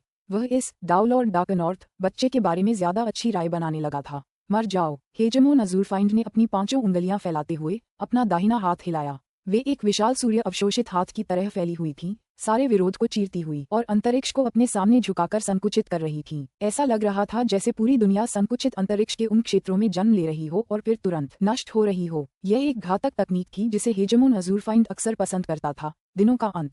उसके पास बर्बाद करने के लिए समय नहीं था और इसलिए उसने तुरंत अपने घातक हमलों का इस्तेमाल करने का फैसला किया। 10 सांसें एक बहुत लंबी अवधि थी, लेकिन हेगेमोन अज़ूरफाइंड को अपनी जीत की संभावनाओं को अधिकतम करने के लिए अपनी पूरी शक्ति का इस्तेमाल करना पड़ा। कितना भयानक। निम्न का चेहरा एकदम पीला पड़ गया जब उसने देखा कि यह विशालकाय हाथ उसकी ओर बढ़ रहा है। वह बच नहीं पा रहा था। नहीं कोई ऐसी जगह थी जहाँ वह बच सके। इतने तेज प्रहार का सामना करते हुए उसके पास एक ही विकल्प था, सीधे उसका सामना करना।